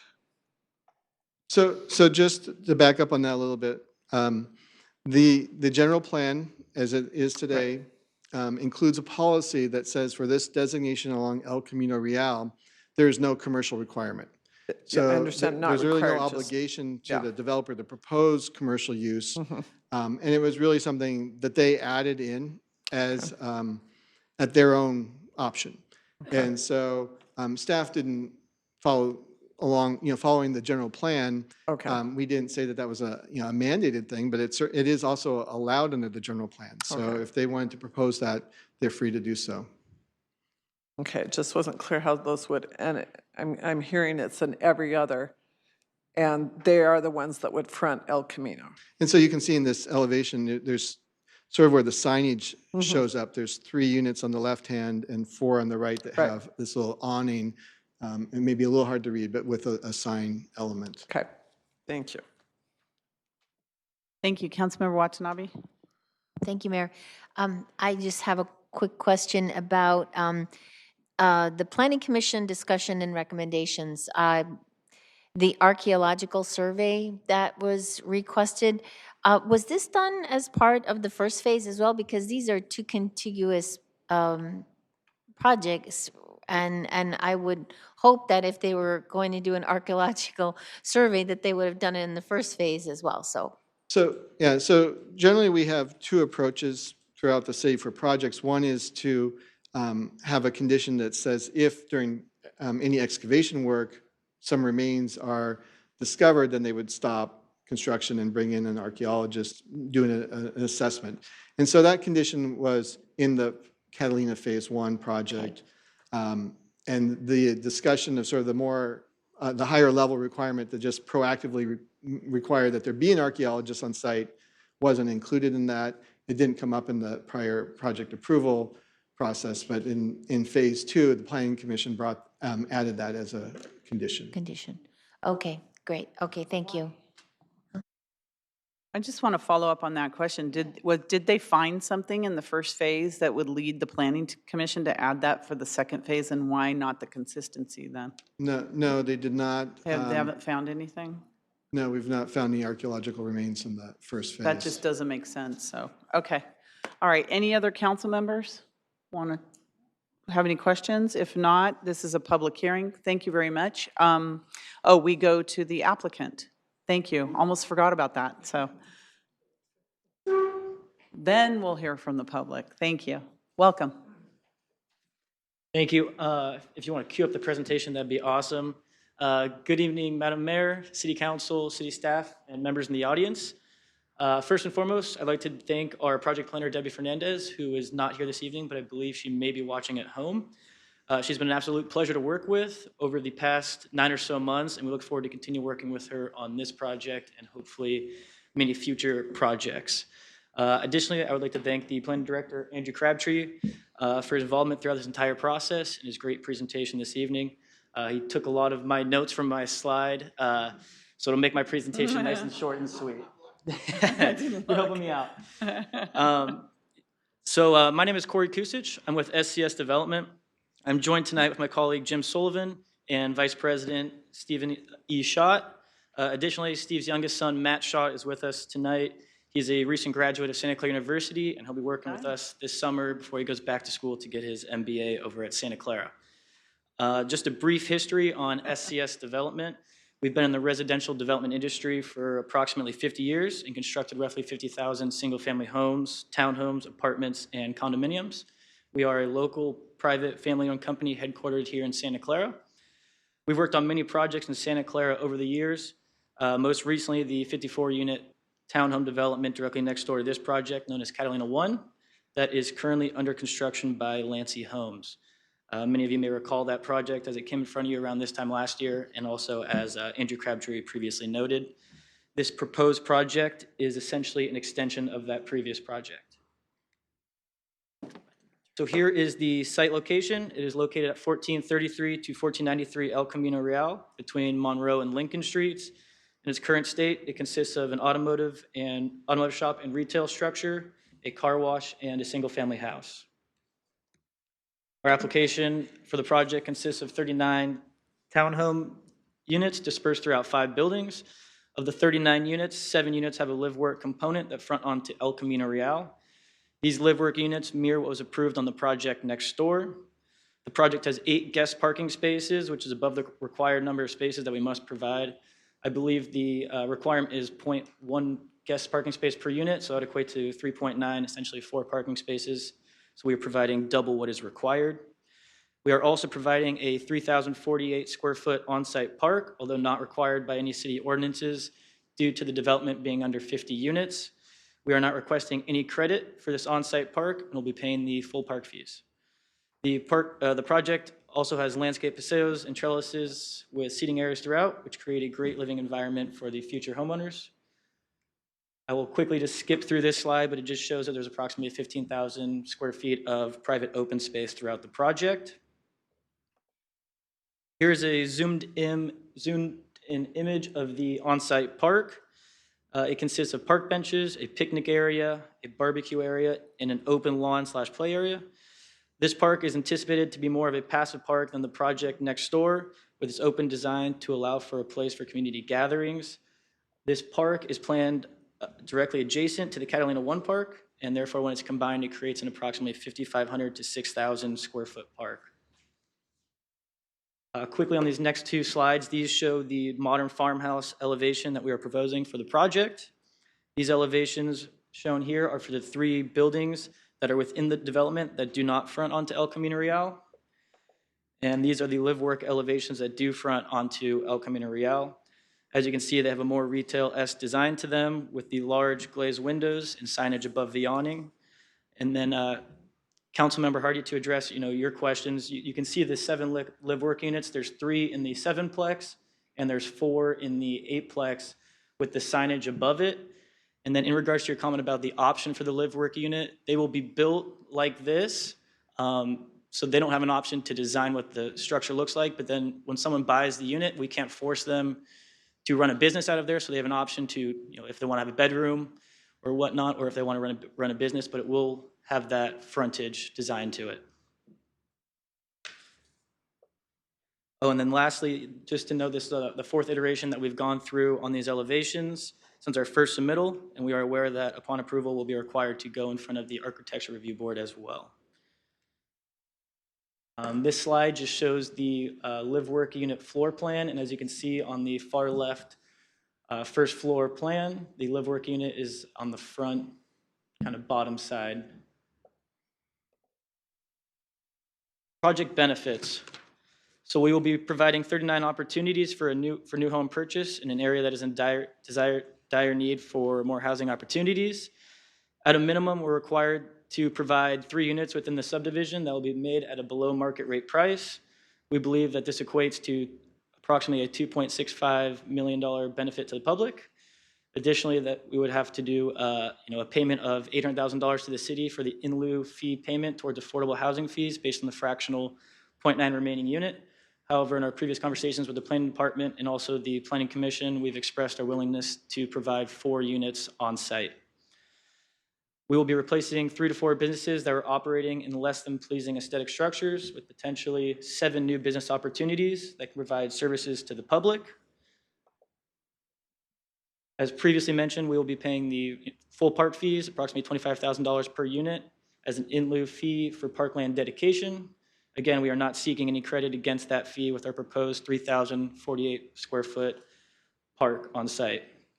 Just a quick note that the site is located in the immediate vicinity and within walking distance to many other nearby parks. And lastly, there will be reduction in traffic trips both for the AM and PM peak hours, as well as total daily average trips. The last slide that I would just like to bring to your attention is in regards to the Planning Commission's recommendation. We agree with the Planning Commission's recommendation with the exception of the condition that requires us to conduct an archaeological survey prior to grading. In speaking with our environmental consultants, David J. Powers, who are here this evening, and the subconsultant who completed the literature search for the initial study, Holman and Associates, that they noted that this site is deemed to have a low potential for Native American deposits and cultural materials. For that reason, they did not recommend completing an archaeological survey prior to grading for the initial study. Additionally, there are already rules and procedures set in place in the mitigation monitoring and reporting program that deal with the necessary actions required if remains or resources are discovered. And lastly, I would like to quickly note that the Catalina 1 development has finished grading and utility installation and is currently moving forward with construction. They have had no encounters with any unknown buried archaeological resources to date. For those reasons, we ask for your consideration to remove just that one condition for the project. David J. Powers is here tonight should you have any questions regarding that condition. Thank you all for your time. That's the conclusion of our presentation. Jim, Steve, and myself are here to address any comments or answer any questions that you guys have. Thank you very much. Thank you. And let me see, I have some council questions, I believe. Councilmember Watanabe? Okay. Vice Mayor Mahan? Yeah, thank you. I just want to clarify on the archaeological resources. I know that David J. Powers is probably the premier group to do this kind of work. But if something is discovered, then grading and so forth would stop, and then you would do the survey as needed. Is that correct? So, excuse me, my name is Jim Sullivan. So, and actually, David J. Powers and Associates are not our consultant; they're the city's consultant. Yes. But there's a mitigation monitoring condition of approval already. There's steps that we have to go through. We had to contact the county coroner's office first. They come out. They have to, kind of age date to make sure if it's Native American or, and so we stop immediately, determine whether or not it's going to be handled as a crime scene or as an archaeological artifact, in which case we have to go to the most likely descendant tribe and deal with them. Okay, thank you. Thanks. Any other council members? Councilmember Davis? I didn't have any questions for you. I just wanted to make a motion to approve, but my iPad has shut down for some reason. So I have We to need to make go to the public first. public hearing, then go. Yeah. Okay. All right, I don't see any other questions from the council. Thank you very much for that presentation. Members of the public, if you'd like to speak, do we have any cards first? Seeing no cards, please just line up. Welcome. Hi, Nancy Biagini. I'm very disappointed that the applicant is not going to complete an archaeological survey. While I understand that the research of whatever information was available showed it as a low impact, I also know that that would presume a survey was done when the current businesses perhaps were built. I don't know what the laws were at the time. The way you get something into the data is by doing a survey. So while it may have been a low concern that there were some archaeological items there, I think assuming or expecting contractors to stop when they come across something like that is a little presumptuous. I think there's been cases in the past where that hasn't happened. So I am very disappointed, and I would still like to see that archaeological survey done. Should have been done in the beginning before construction begins. That's all. Thank you. Thank you. Yes, come forward. Welcome. Hi, my name is Mary Grizzle, and I would like to say that I agree with what Nancy just said and know for a fact that archaeological stuff was found at this Sage building, and the owner kept some of the archaeological stuff. And so was there an EIR on that? Or did they just not do anything about it? Was there an EIR? I don't know what the terminology is, but so I'm kind of curious. You said what building? The Sage building, Silicon Sage. Oh, not this On project. Monroe. You're talking on Monroe? Yes. Oh, a different project. Exactly, Okay. I'm sorry. Okay. Because there was You're talking across the archaeological- street? Pardon? Across the street on the corner of Yes. El Camino Yes. and Monroe? Yes, there was archaeological stuff found there, and it was kept by the owner. And I'm wondering if that study was done, or did they report finding anything, and that's where the error is? I'm curious.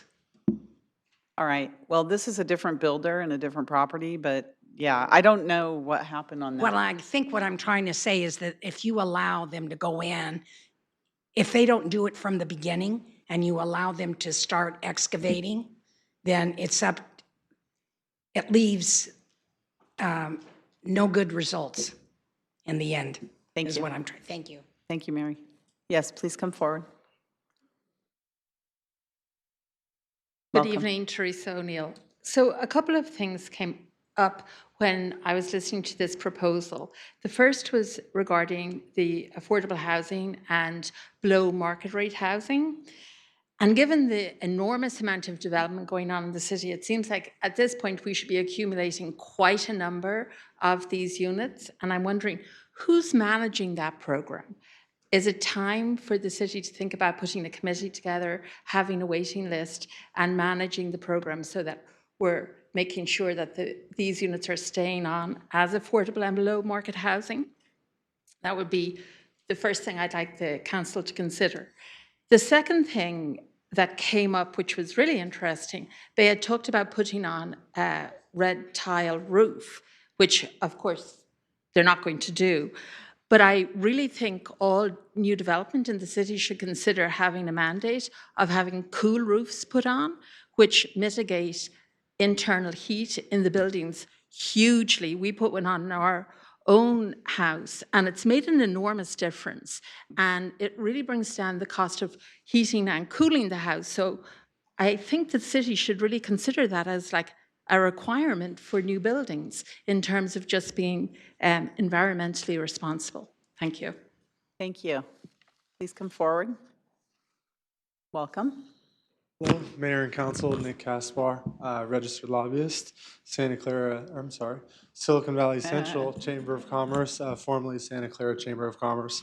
I first want to thank SCS Development in really engaging the community groups throughout this entire process. I know they brought us in very early and a lot of other community groups very early and implemented the feedback from these community groups into the project. So I think that's great when people do that because you get put better projects forward. The chamber supports this project because it's really adding 39 units for people that need housing in this area, and it's doing it the right way. It's next to transit. They're adding live-work units to allow more businesses to come in here. And it's no increase in traffic, and it also fits within the specific plan that's being proposed. I sit on the community working group for the El Camino specific plan, and we've put a ton of hours and really thought a lot into that. And the fact that this project fits within that plan that we're putting forward, I fully support that. So thank you. Thank you. Anyone else like to speak on this issue? Please come forward. Any member of the public, first of all, and then we'll ask the developer if you'd like Citation to come forward and address some of those things. Is there anybody else?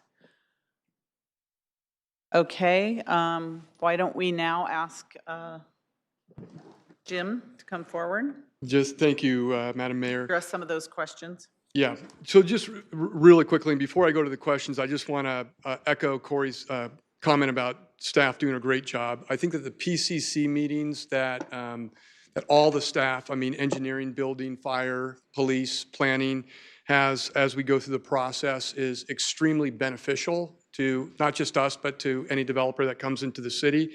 I think many great things were done. The fire department wanted to make sure, and I want to make sure that you're all aware that this is actually kind of a continuation of Catalina 1.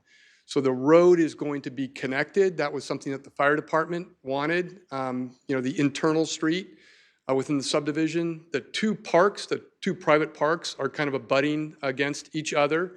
And we were able to actually increase in size this park from the other park. So together, it's close to 5,500, 6,000 square feet. We have a super wide pedestrian pathway kind of going up the middle between the two projects.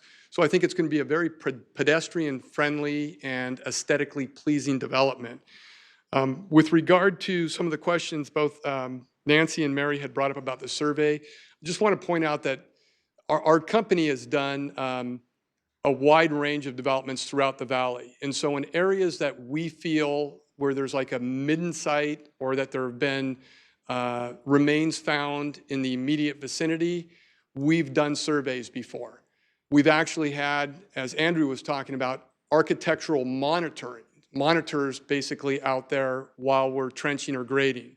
This is not a site that we think needs that to occur, but we did go out and we got a price for the survey work, and it's about $8,000. And essentially what they do is just cut some trenches across the site. They look at the trenches and they see if they have any artifacts or remains that they find. Again, we feel that it's a low enough intensity site that it's not needed, but I just wanted to point that out that we had gotten the proposal.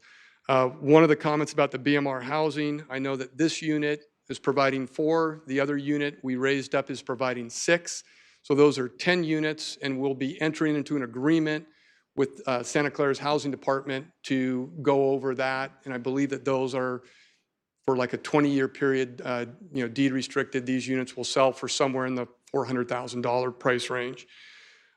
With regard to the roof, we agreed with the Planning Commission. Some of the elevations came out that the roofs were looking more like black concrete tile, and we said that we'd be happy to go to like a light gray.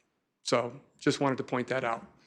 Okay, thank you. Are there any council members that have questions of the developer before we close anything?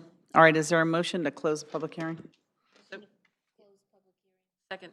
Motion second to close public hearing.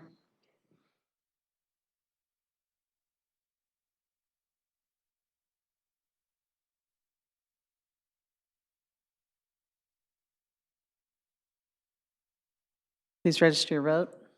I'm a yes.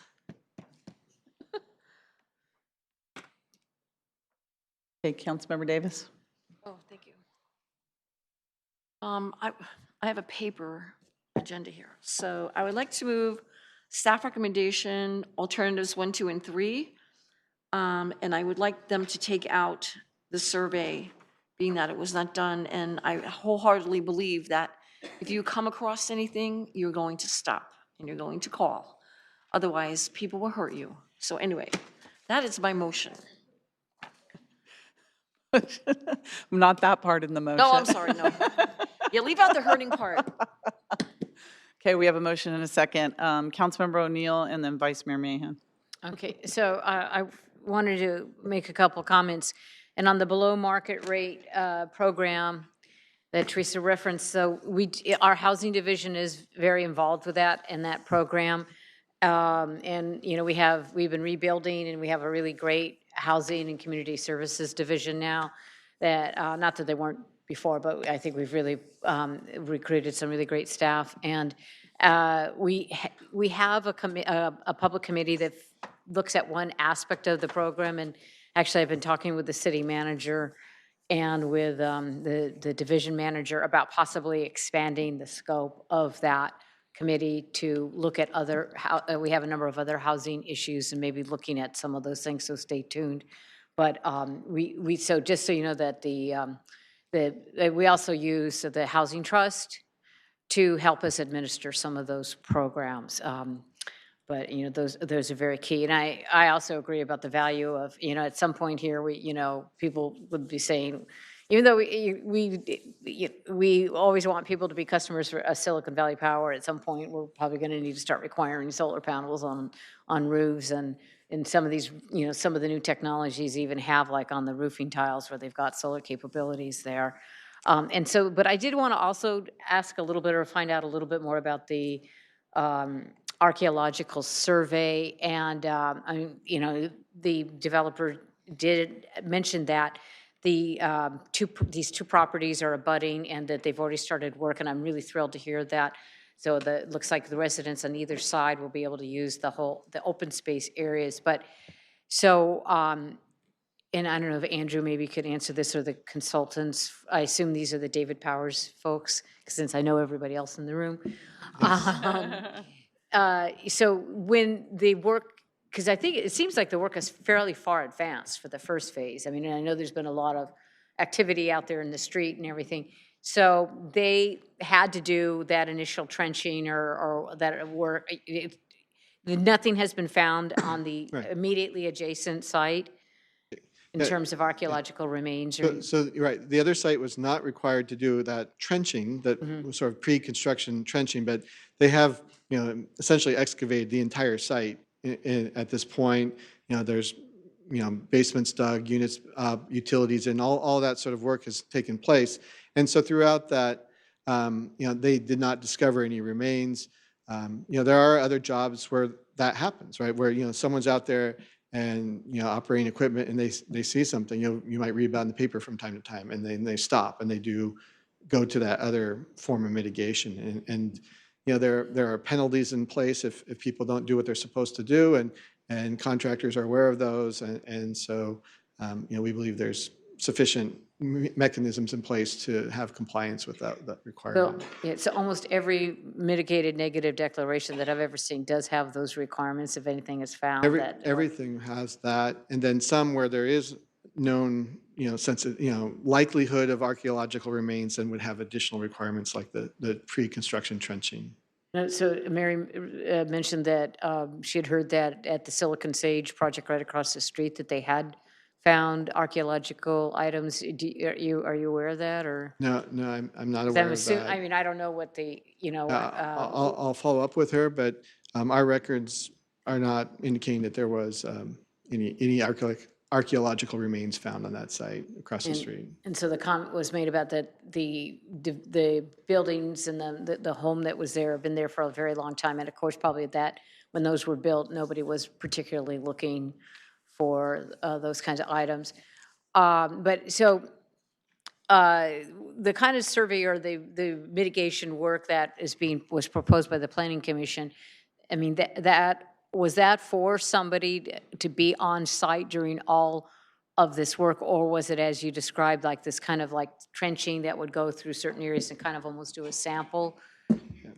Because if it's $8,000, I mean, I mean, so many of these consultants cost like hundreds of dollars an hour. It seems like it would have, I could see where to have somebody be on site watching all this excavation.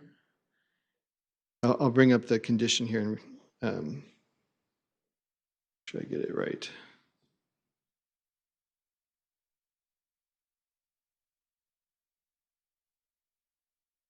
So the condition that was added says, prior to conducting grading, applicant shall contract with a qualified archaeologist acceptable to the community development director and conduct an archaeological survey of the site. So that is just, that's not requiring that an archaeologist be present throughout, but it's really that initial survey. Then I would say though, if they did find remains, there would be additional things as a result of that initial survey probably implemented. But this is just for, the condition that was added by the Planning Commission was just for a pre-construction survey. So it is consistent with what the developer was saying. Okay, all right, thank you very much. Thank you. Councilmember Chahal? I just have a comment regarding the, I know it was discussed during the Planning Commission meeting also about the parking overflow. If you look at the Civic Center Drive, we have few parking spots next to the park. Are we taking any proactive steps to make that Civic Center parking between Lincoln and Monroe to be hourly parking or no overnight parking? Because as soon as we have this residential occupied, about Catalina 1 and Catalina 2, there will be a lot of parking on that road. And if somebody wants to come to the park, if they don't find the parking, that will be like, it's a pretty common complaint from the resident existingly. So I would say we should take some proactive steps to make Civic Center Drive parking as an hourly parking or no overnight parking for that perspective. Okay, so that did not come up through the entitlement process here. As the applicant mentioned, the project does additional parking beyond what we require for guest parking. I know that from a prior project discussion, there was a parking study for the Civic Center area that the city is working on, but if we have. So is this a part of that study? I don't think so that is. So this is, I believe this is outside the study area. That was Outside of more that to scope.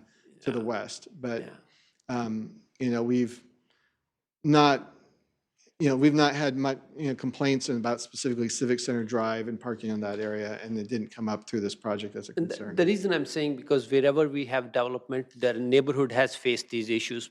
It has been coming up time and again. The neighborhood faces those issues of the parking overflow from the new developments. So I'm trying to be proactive to solve that problem, and whatever we can do. I know it's not related to the project, to the developer as such right now, but whatever proactively as city we can do to mitigate that problem, that would be great. And that's something that could be implemented down the road. Right. If once the project's occupied, it becomes evident that there's a problem, that we could follow up in that way. Okay. Thank you. Vice Mayor Mahan? Thank you. I'd like to address that archaeological issue. For the most part, it's known where archaeological and cultural resources are located and where they're present. It's not publicly known because they don't want random people out there digging, trying to find things. But this area of El Camino is not known to be burial grounds. Thanks to the miracle of texting, I was consulting with our city historian, and she says that it's not likely that that area has any Native American cultural resources, not even any mission era cultural resources, mostly because the mission, if you remember, was located south of that, or the last mission was located south, and the corral was where the mission library is, the Pozo was where the police department is, so it was located along that corridor. A lot of things along the Benton Street corridor, even Homestead, but not north of El Camino. The northern missions were way up north by the Guadalupe River, and we know that there's cultural resources up there. So it's not likely that there are going to be sensitive resources in this area. And I would note that our city historian is privy to these maps of known resource areas, so she tells me that it's not likely. I'm tending to believe that. So I think that as long as the condition is, if they find anything, of course, work has to stop. The families have to come out. And to be honest, our indigenous families would prefer that if nothing is discovered, even if there is something underground, they prefer that it's not disturbed. So unless they do find something, then the families will come out, they will monitor it, and they will take care of whatever needs to be done. So I'm very comfortable with the motion eliminating that requirement and going forward as is. Thanks. Thank you, Vice Mayor Mahan. I just wanted to ask, Andrew, if this project is approved tonight, then they can actually start demolishing those buildings that are there? That's correct. The demolition of the existing structures has been delayed until we complete the environmental review process, and if council certifies the mitigated negative declaration tonight, then we're able to go ahead and permit the demolition. Because they've been really an attractive nuisance for many people over the months. But I just wanted to say, I'm going to support the motion. I think it's a great project. I love the fact that it's a for sale project and there's opportunities for below market rate sales on that project. And when it is a for sale project, there's parking on site, and it's handled a little bit differently. I know Councilmember Chahal, you're worried about parking on the streets. It's a little bit different with rental projects versus for sale projects. So I think it's really great. And I just want to remind everyone that this particular company has a long, long, long history in Santa Clara. Not only have they developed a lot of projects in Santa Clara, but Mr. Schott Jr.'s grandfather, right? And your great-grandfather, Schott Jr. Great-grandfather was a city engineer here in Santa Clara. And then your father started the business, kept it in Santa Clara. So you're a trusted development company in our city. And if there is something that shows up, I know that you will do the right thing because you've always done the right thing for Santa Clara. So we appreciate that. So without any other, seeing no other council members, we have a motion and a second. Please register your vote. Yes. Oh, yes, you. I'm broken. Okay. And that passes unanimously. Thank you. Congratulations. Please get those buildings down so we can. And maybe we have a home for that house. So possibly lawn bowling or something like that. So think about that. Lawn bowling house, yes. Okay, next we have reports of members and special committees. Is there anyone that would like to say something? If not, I have a few things to say. Councilmember Hardy.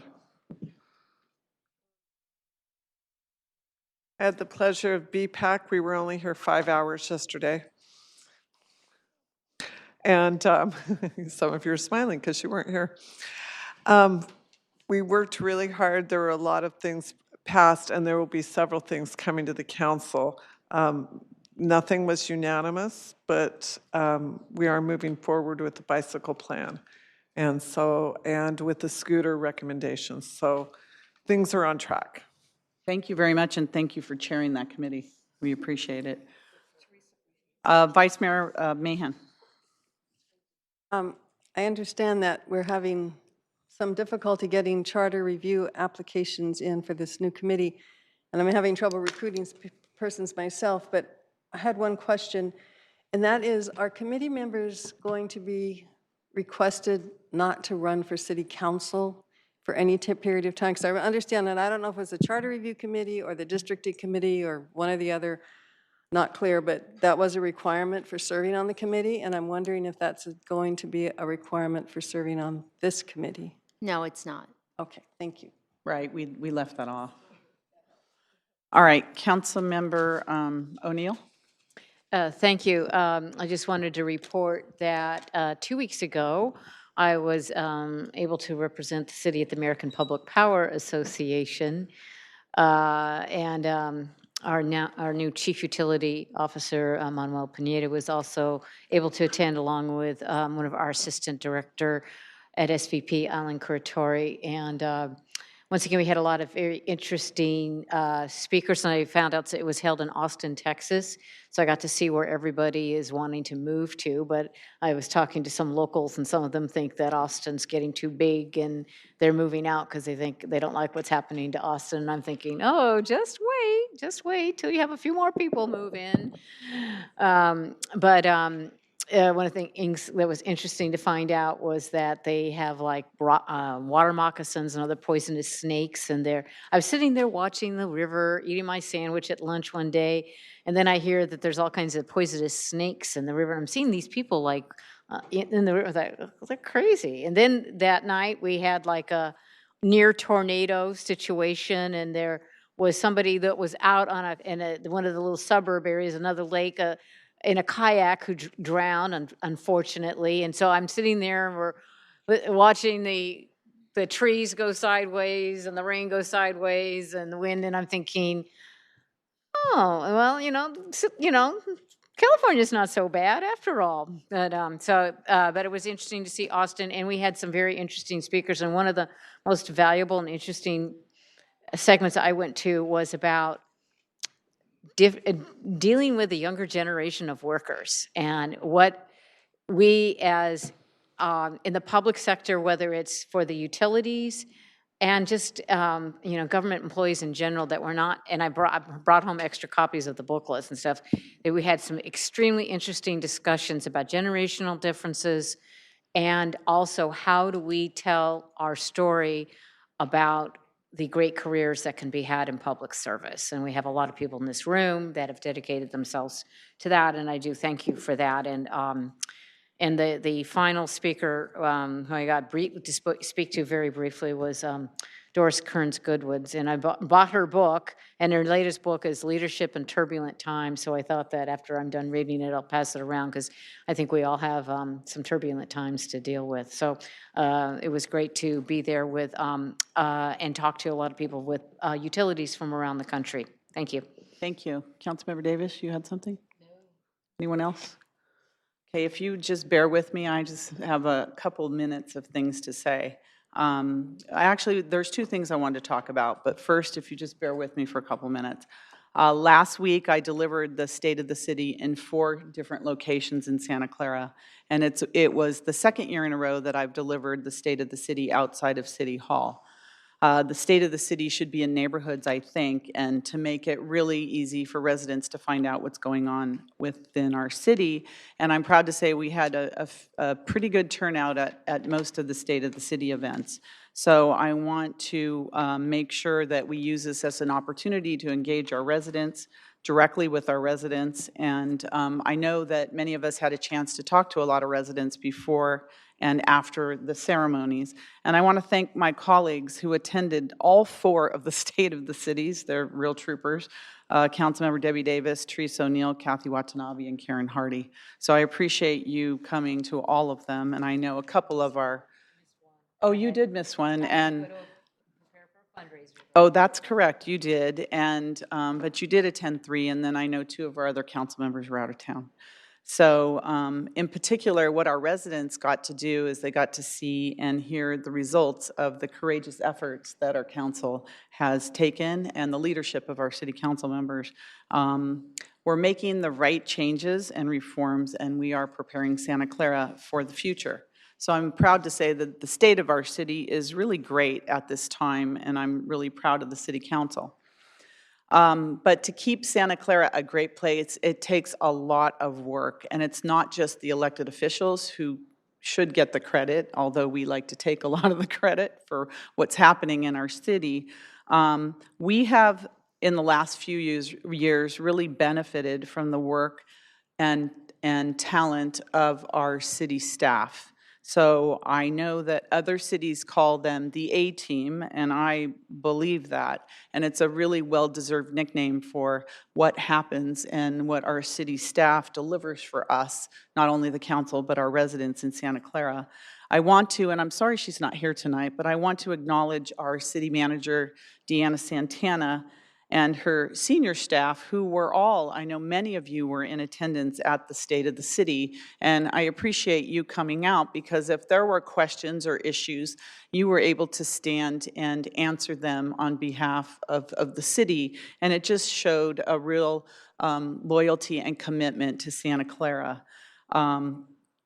When I first met Deanna Santana, I had heard about her and read about her, and I understood that she was a bright and smart individual. I knew that she could do well for Santa Clara. I don't think she really realized until she got here into the city the state of what was happening here. But I have to say that I really underestimated what her abilities were going to be. And when she came to Santa Clara, and what she has accomplished in a less than a 2-year period is pretty phenomenal. She doesn't do that on her own. She does it with the staff and the employees here in Santa Clara. And I just don't think we've given our city staff and our city manager and our city attorney enough credit for all the things that they have done, and the workload that they've had and what they've done to make our city successful. They work really hard during regular hours to keep Santa Clara running smoothly, so I want to thank all of them. And I want them to know that we realize that you're doing a phenomenal job, and I think the budget tonight was evidence of that. You're doing a phenomenal job, and we really want to thank you. They have been turning over rocks for the past couple of years, and they're making changes that sometimes upset the status quo and the special interests that are going on. And but they're doing the right thing. They're helping us do the right thing. And sometimes their efforts and our efforts are not really understood by the public, especially the media. The changes that are happening in Santa Clara are significant, and it's really a good story, but it's not really a simple story. It requires understanding and context. In fact, there was a report last week that really demonstrates this. We were criticized for how we process Public Records Act requests. And that's really an important thing, but the report and the media coverage did not provide any critical context as to what was really happening here. They have no idea, and the report had no idea, how we compare to other cities and how we have seen a dramatic increase in public records requests in the recent years. They did not report on the conditions of our public record management before our city manager came here, just less than 2 years ago, before the present administration took over. They don't realize there were public records in boxes kept in 2 locations. Nothing was digital, nothing was online, and then we've been inundated with public records requests. And I know we'll get a report back in August, and we're going to see some data about how Santa Clara compares. But they have done a phenomenal job. But we, as we tell our side of the story, and we will, I think people will see a real complete picture of what's happening and really understand part of the larger story, how we are really making changes that special interests don't like. It's as simple as that. It's unfortunate that the good work of our city council and our city staff is not realized yet. We need to change that, and we will. We need to tell the Santa Clara story, and we need to acknowledge the hardworking people, not just the city council, but the staff at all levels who are making this happen. And I know stories in just our city alone, how some of our staff have been pressured or bullied by special interests. It's unfortunate and it's intolerable. But I know and appreciate how our staff does professional work on behalf of our city and our residents. So I want to end this by saying that I will continue to support our reforms, and I'm grateful that the majority of this council will also continue to support reforms. And with the hard work of our very talented city staff, we will continue to be a great place to live and work and be well prepared for our future, as you saw by our budget documents this evening. So, you know, it's time. It's probably a little bit late, but thank you very much to staff for everything you do. And it's very, very much appreciated by the council and our residents. And we heard that loud and clear at the State of the City event. So thank you. Thank you. Thank you.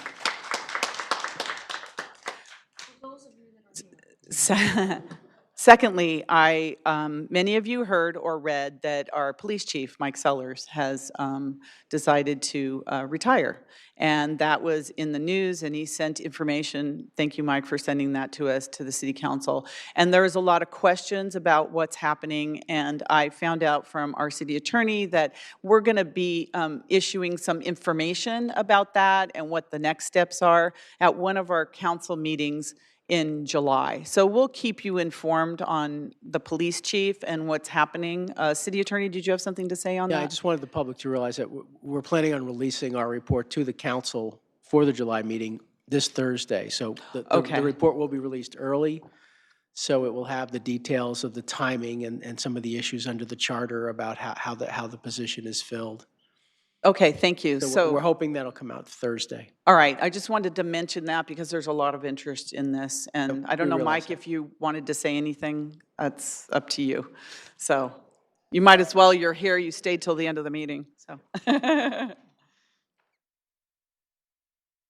I wanted to say something before we had to wait for that, so welcome. Thank you very much. I wasn't prepared to speak tonight, but I really do appreciate the opportunity. You know, I've just been associated with the department for 34 years and 41 years, actually, if you add on my cadet experience when I was in high school. And that's just an awful long time to be associated with a city itself. And I could not have picked a better city to work for. The city staff, council, the citizens have just been tremendous. But being in law enforcement is tough, and being at the top is even tougher. It's not just a 40-hour work week. It's 60-plus hours like many of the department heads experience, and it's 24/7 days a week. And, you know, it's come to a time, some of my friends have told me that you'll know when it's the right time. You'll feel it, you'll know it. And for me, it is. There's no controversy. There's nothing. There's really never a really right time, just because we're continuing hiring people. There's always issues that come up in the community. There's internal stuff that goes on. There's always stuff going on. But it just feels right for me. But I do appreciate the support I've received so far in emails and text messages and phone calls. I really do appreciate it. I just have given my all, I believe, for the past 34 years, but the community has given me much more. And it's just time for me to spend time for myself and my family is really as simply as what it is. But I've enjoyed the time I've been here, and I'm looking forward for the next 2 months, and I'll continue to work hard and be loyal to the community and provide the best service we possibly can. So thank you for the time. Thank you, Chief. Thank you for indulging me with that. Councilmember O'Neill, did you have, you're on still? No? All right, seeing no other council comments, then City Manager, Executive Director, Assistant City Manager reports. Thank you, Mayor. I don't have a report, but I will note we're coming back on August 27th with the grand jury response. All right, thank you for that. We'll be ready for that. All right, tentative meeting calendar is, do we have any adjournments this evening? I don't, I see none. Is there a motion to adjourn? So moved. Second. Motion second for adjournment.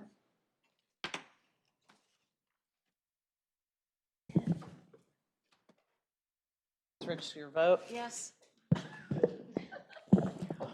That passes unanimously. Meeting's adjourned. Thank you all for coming.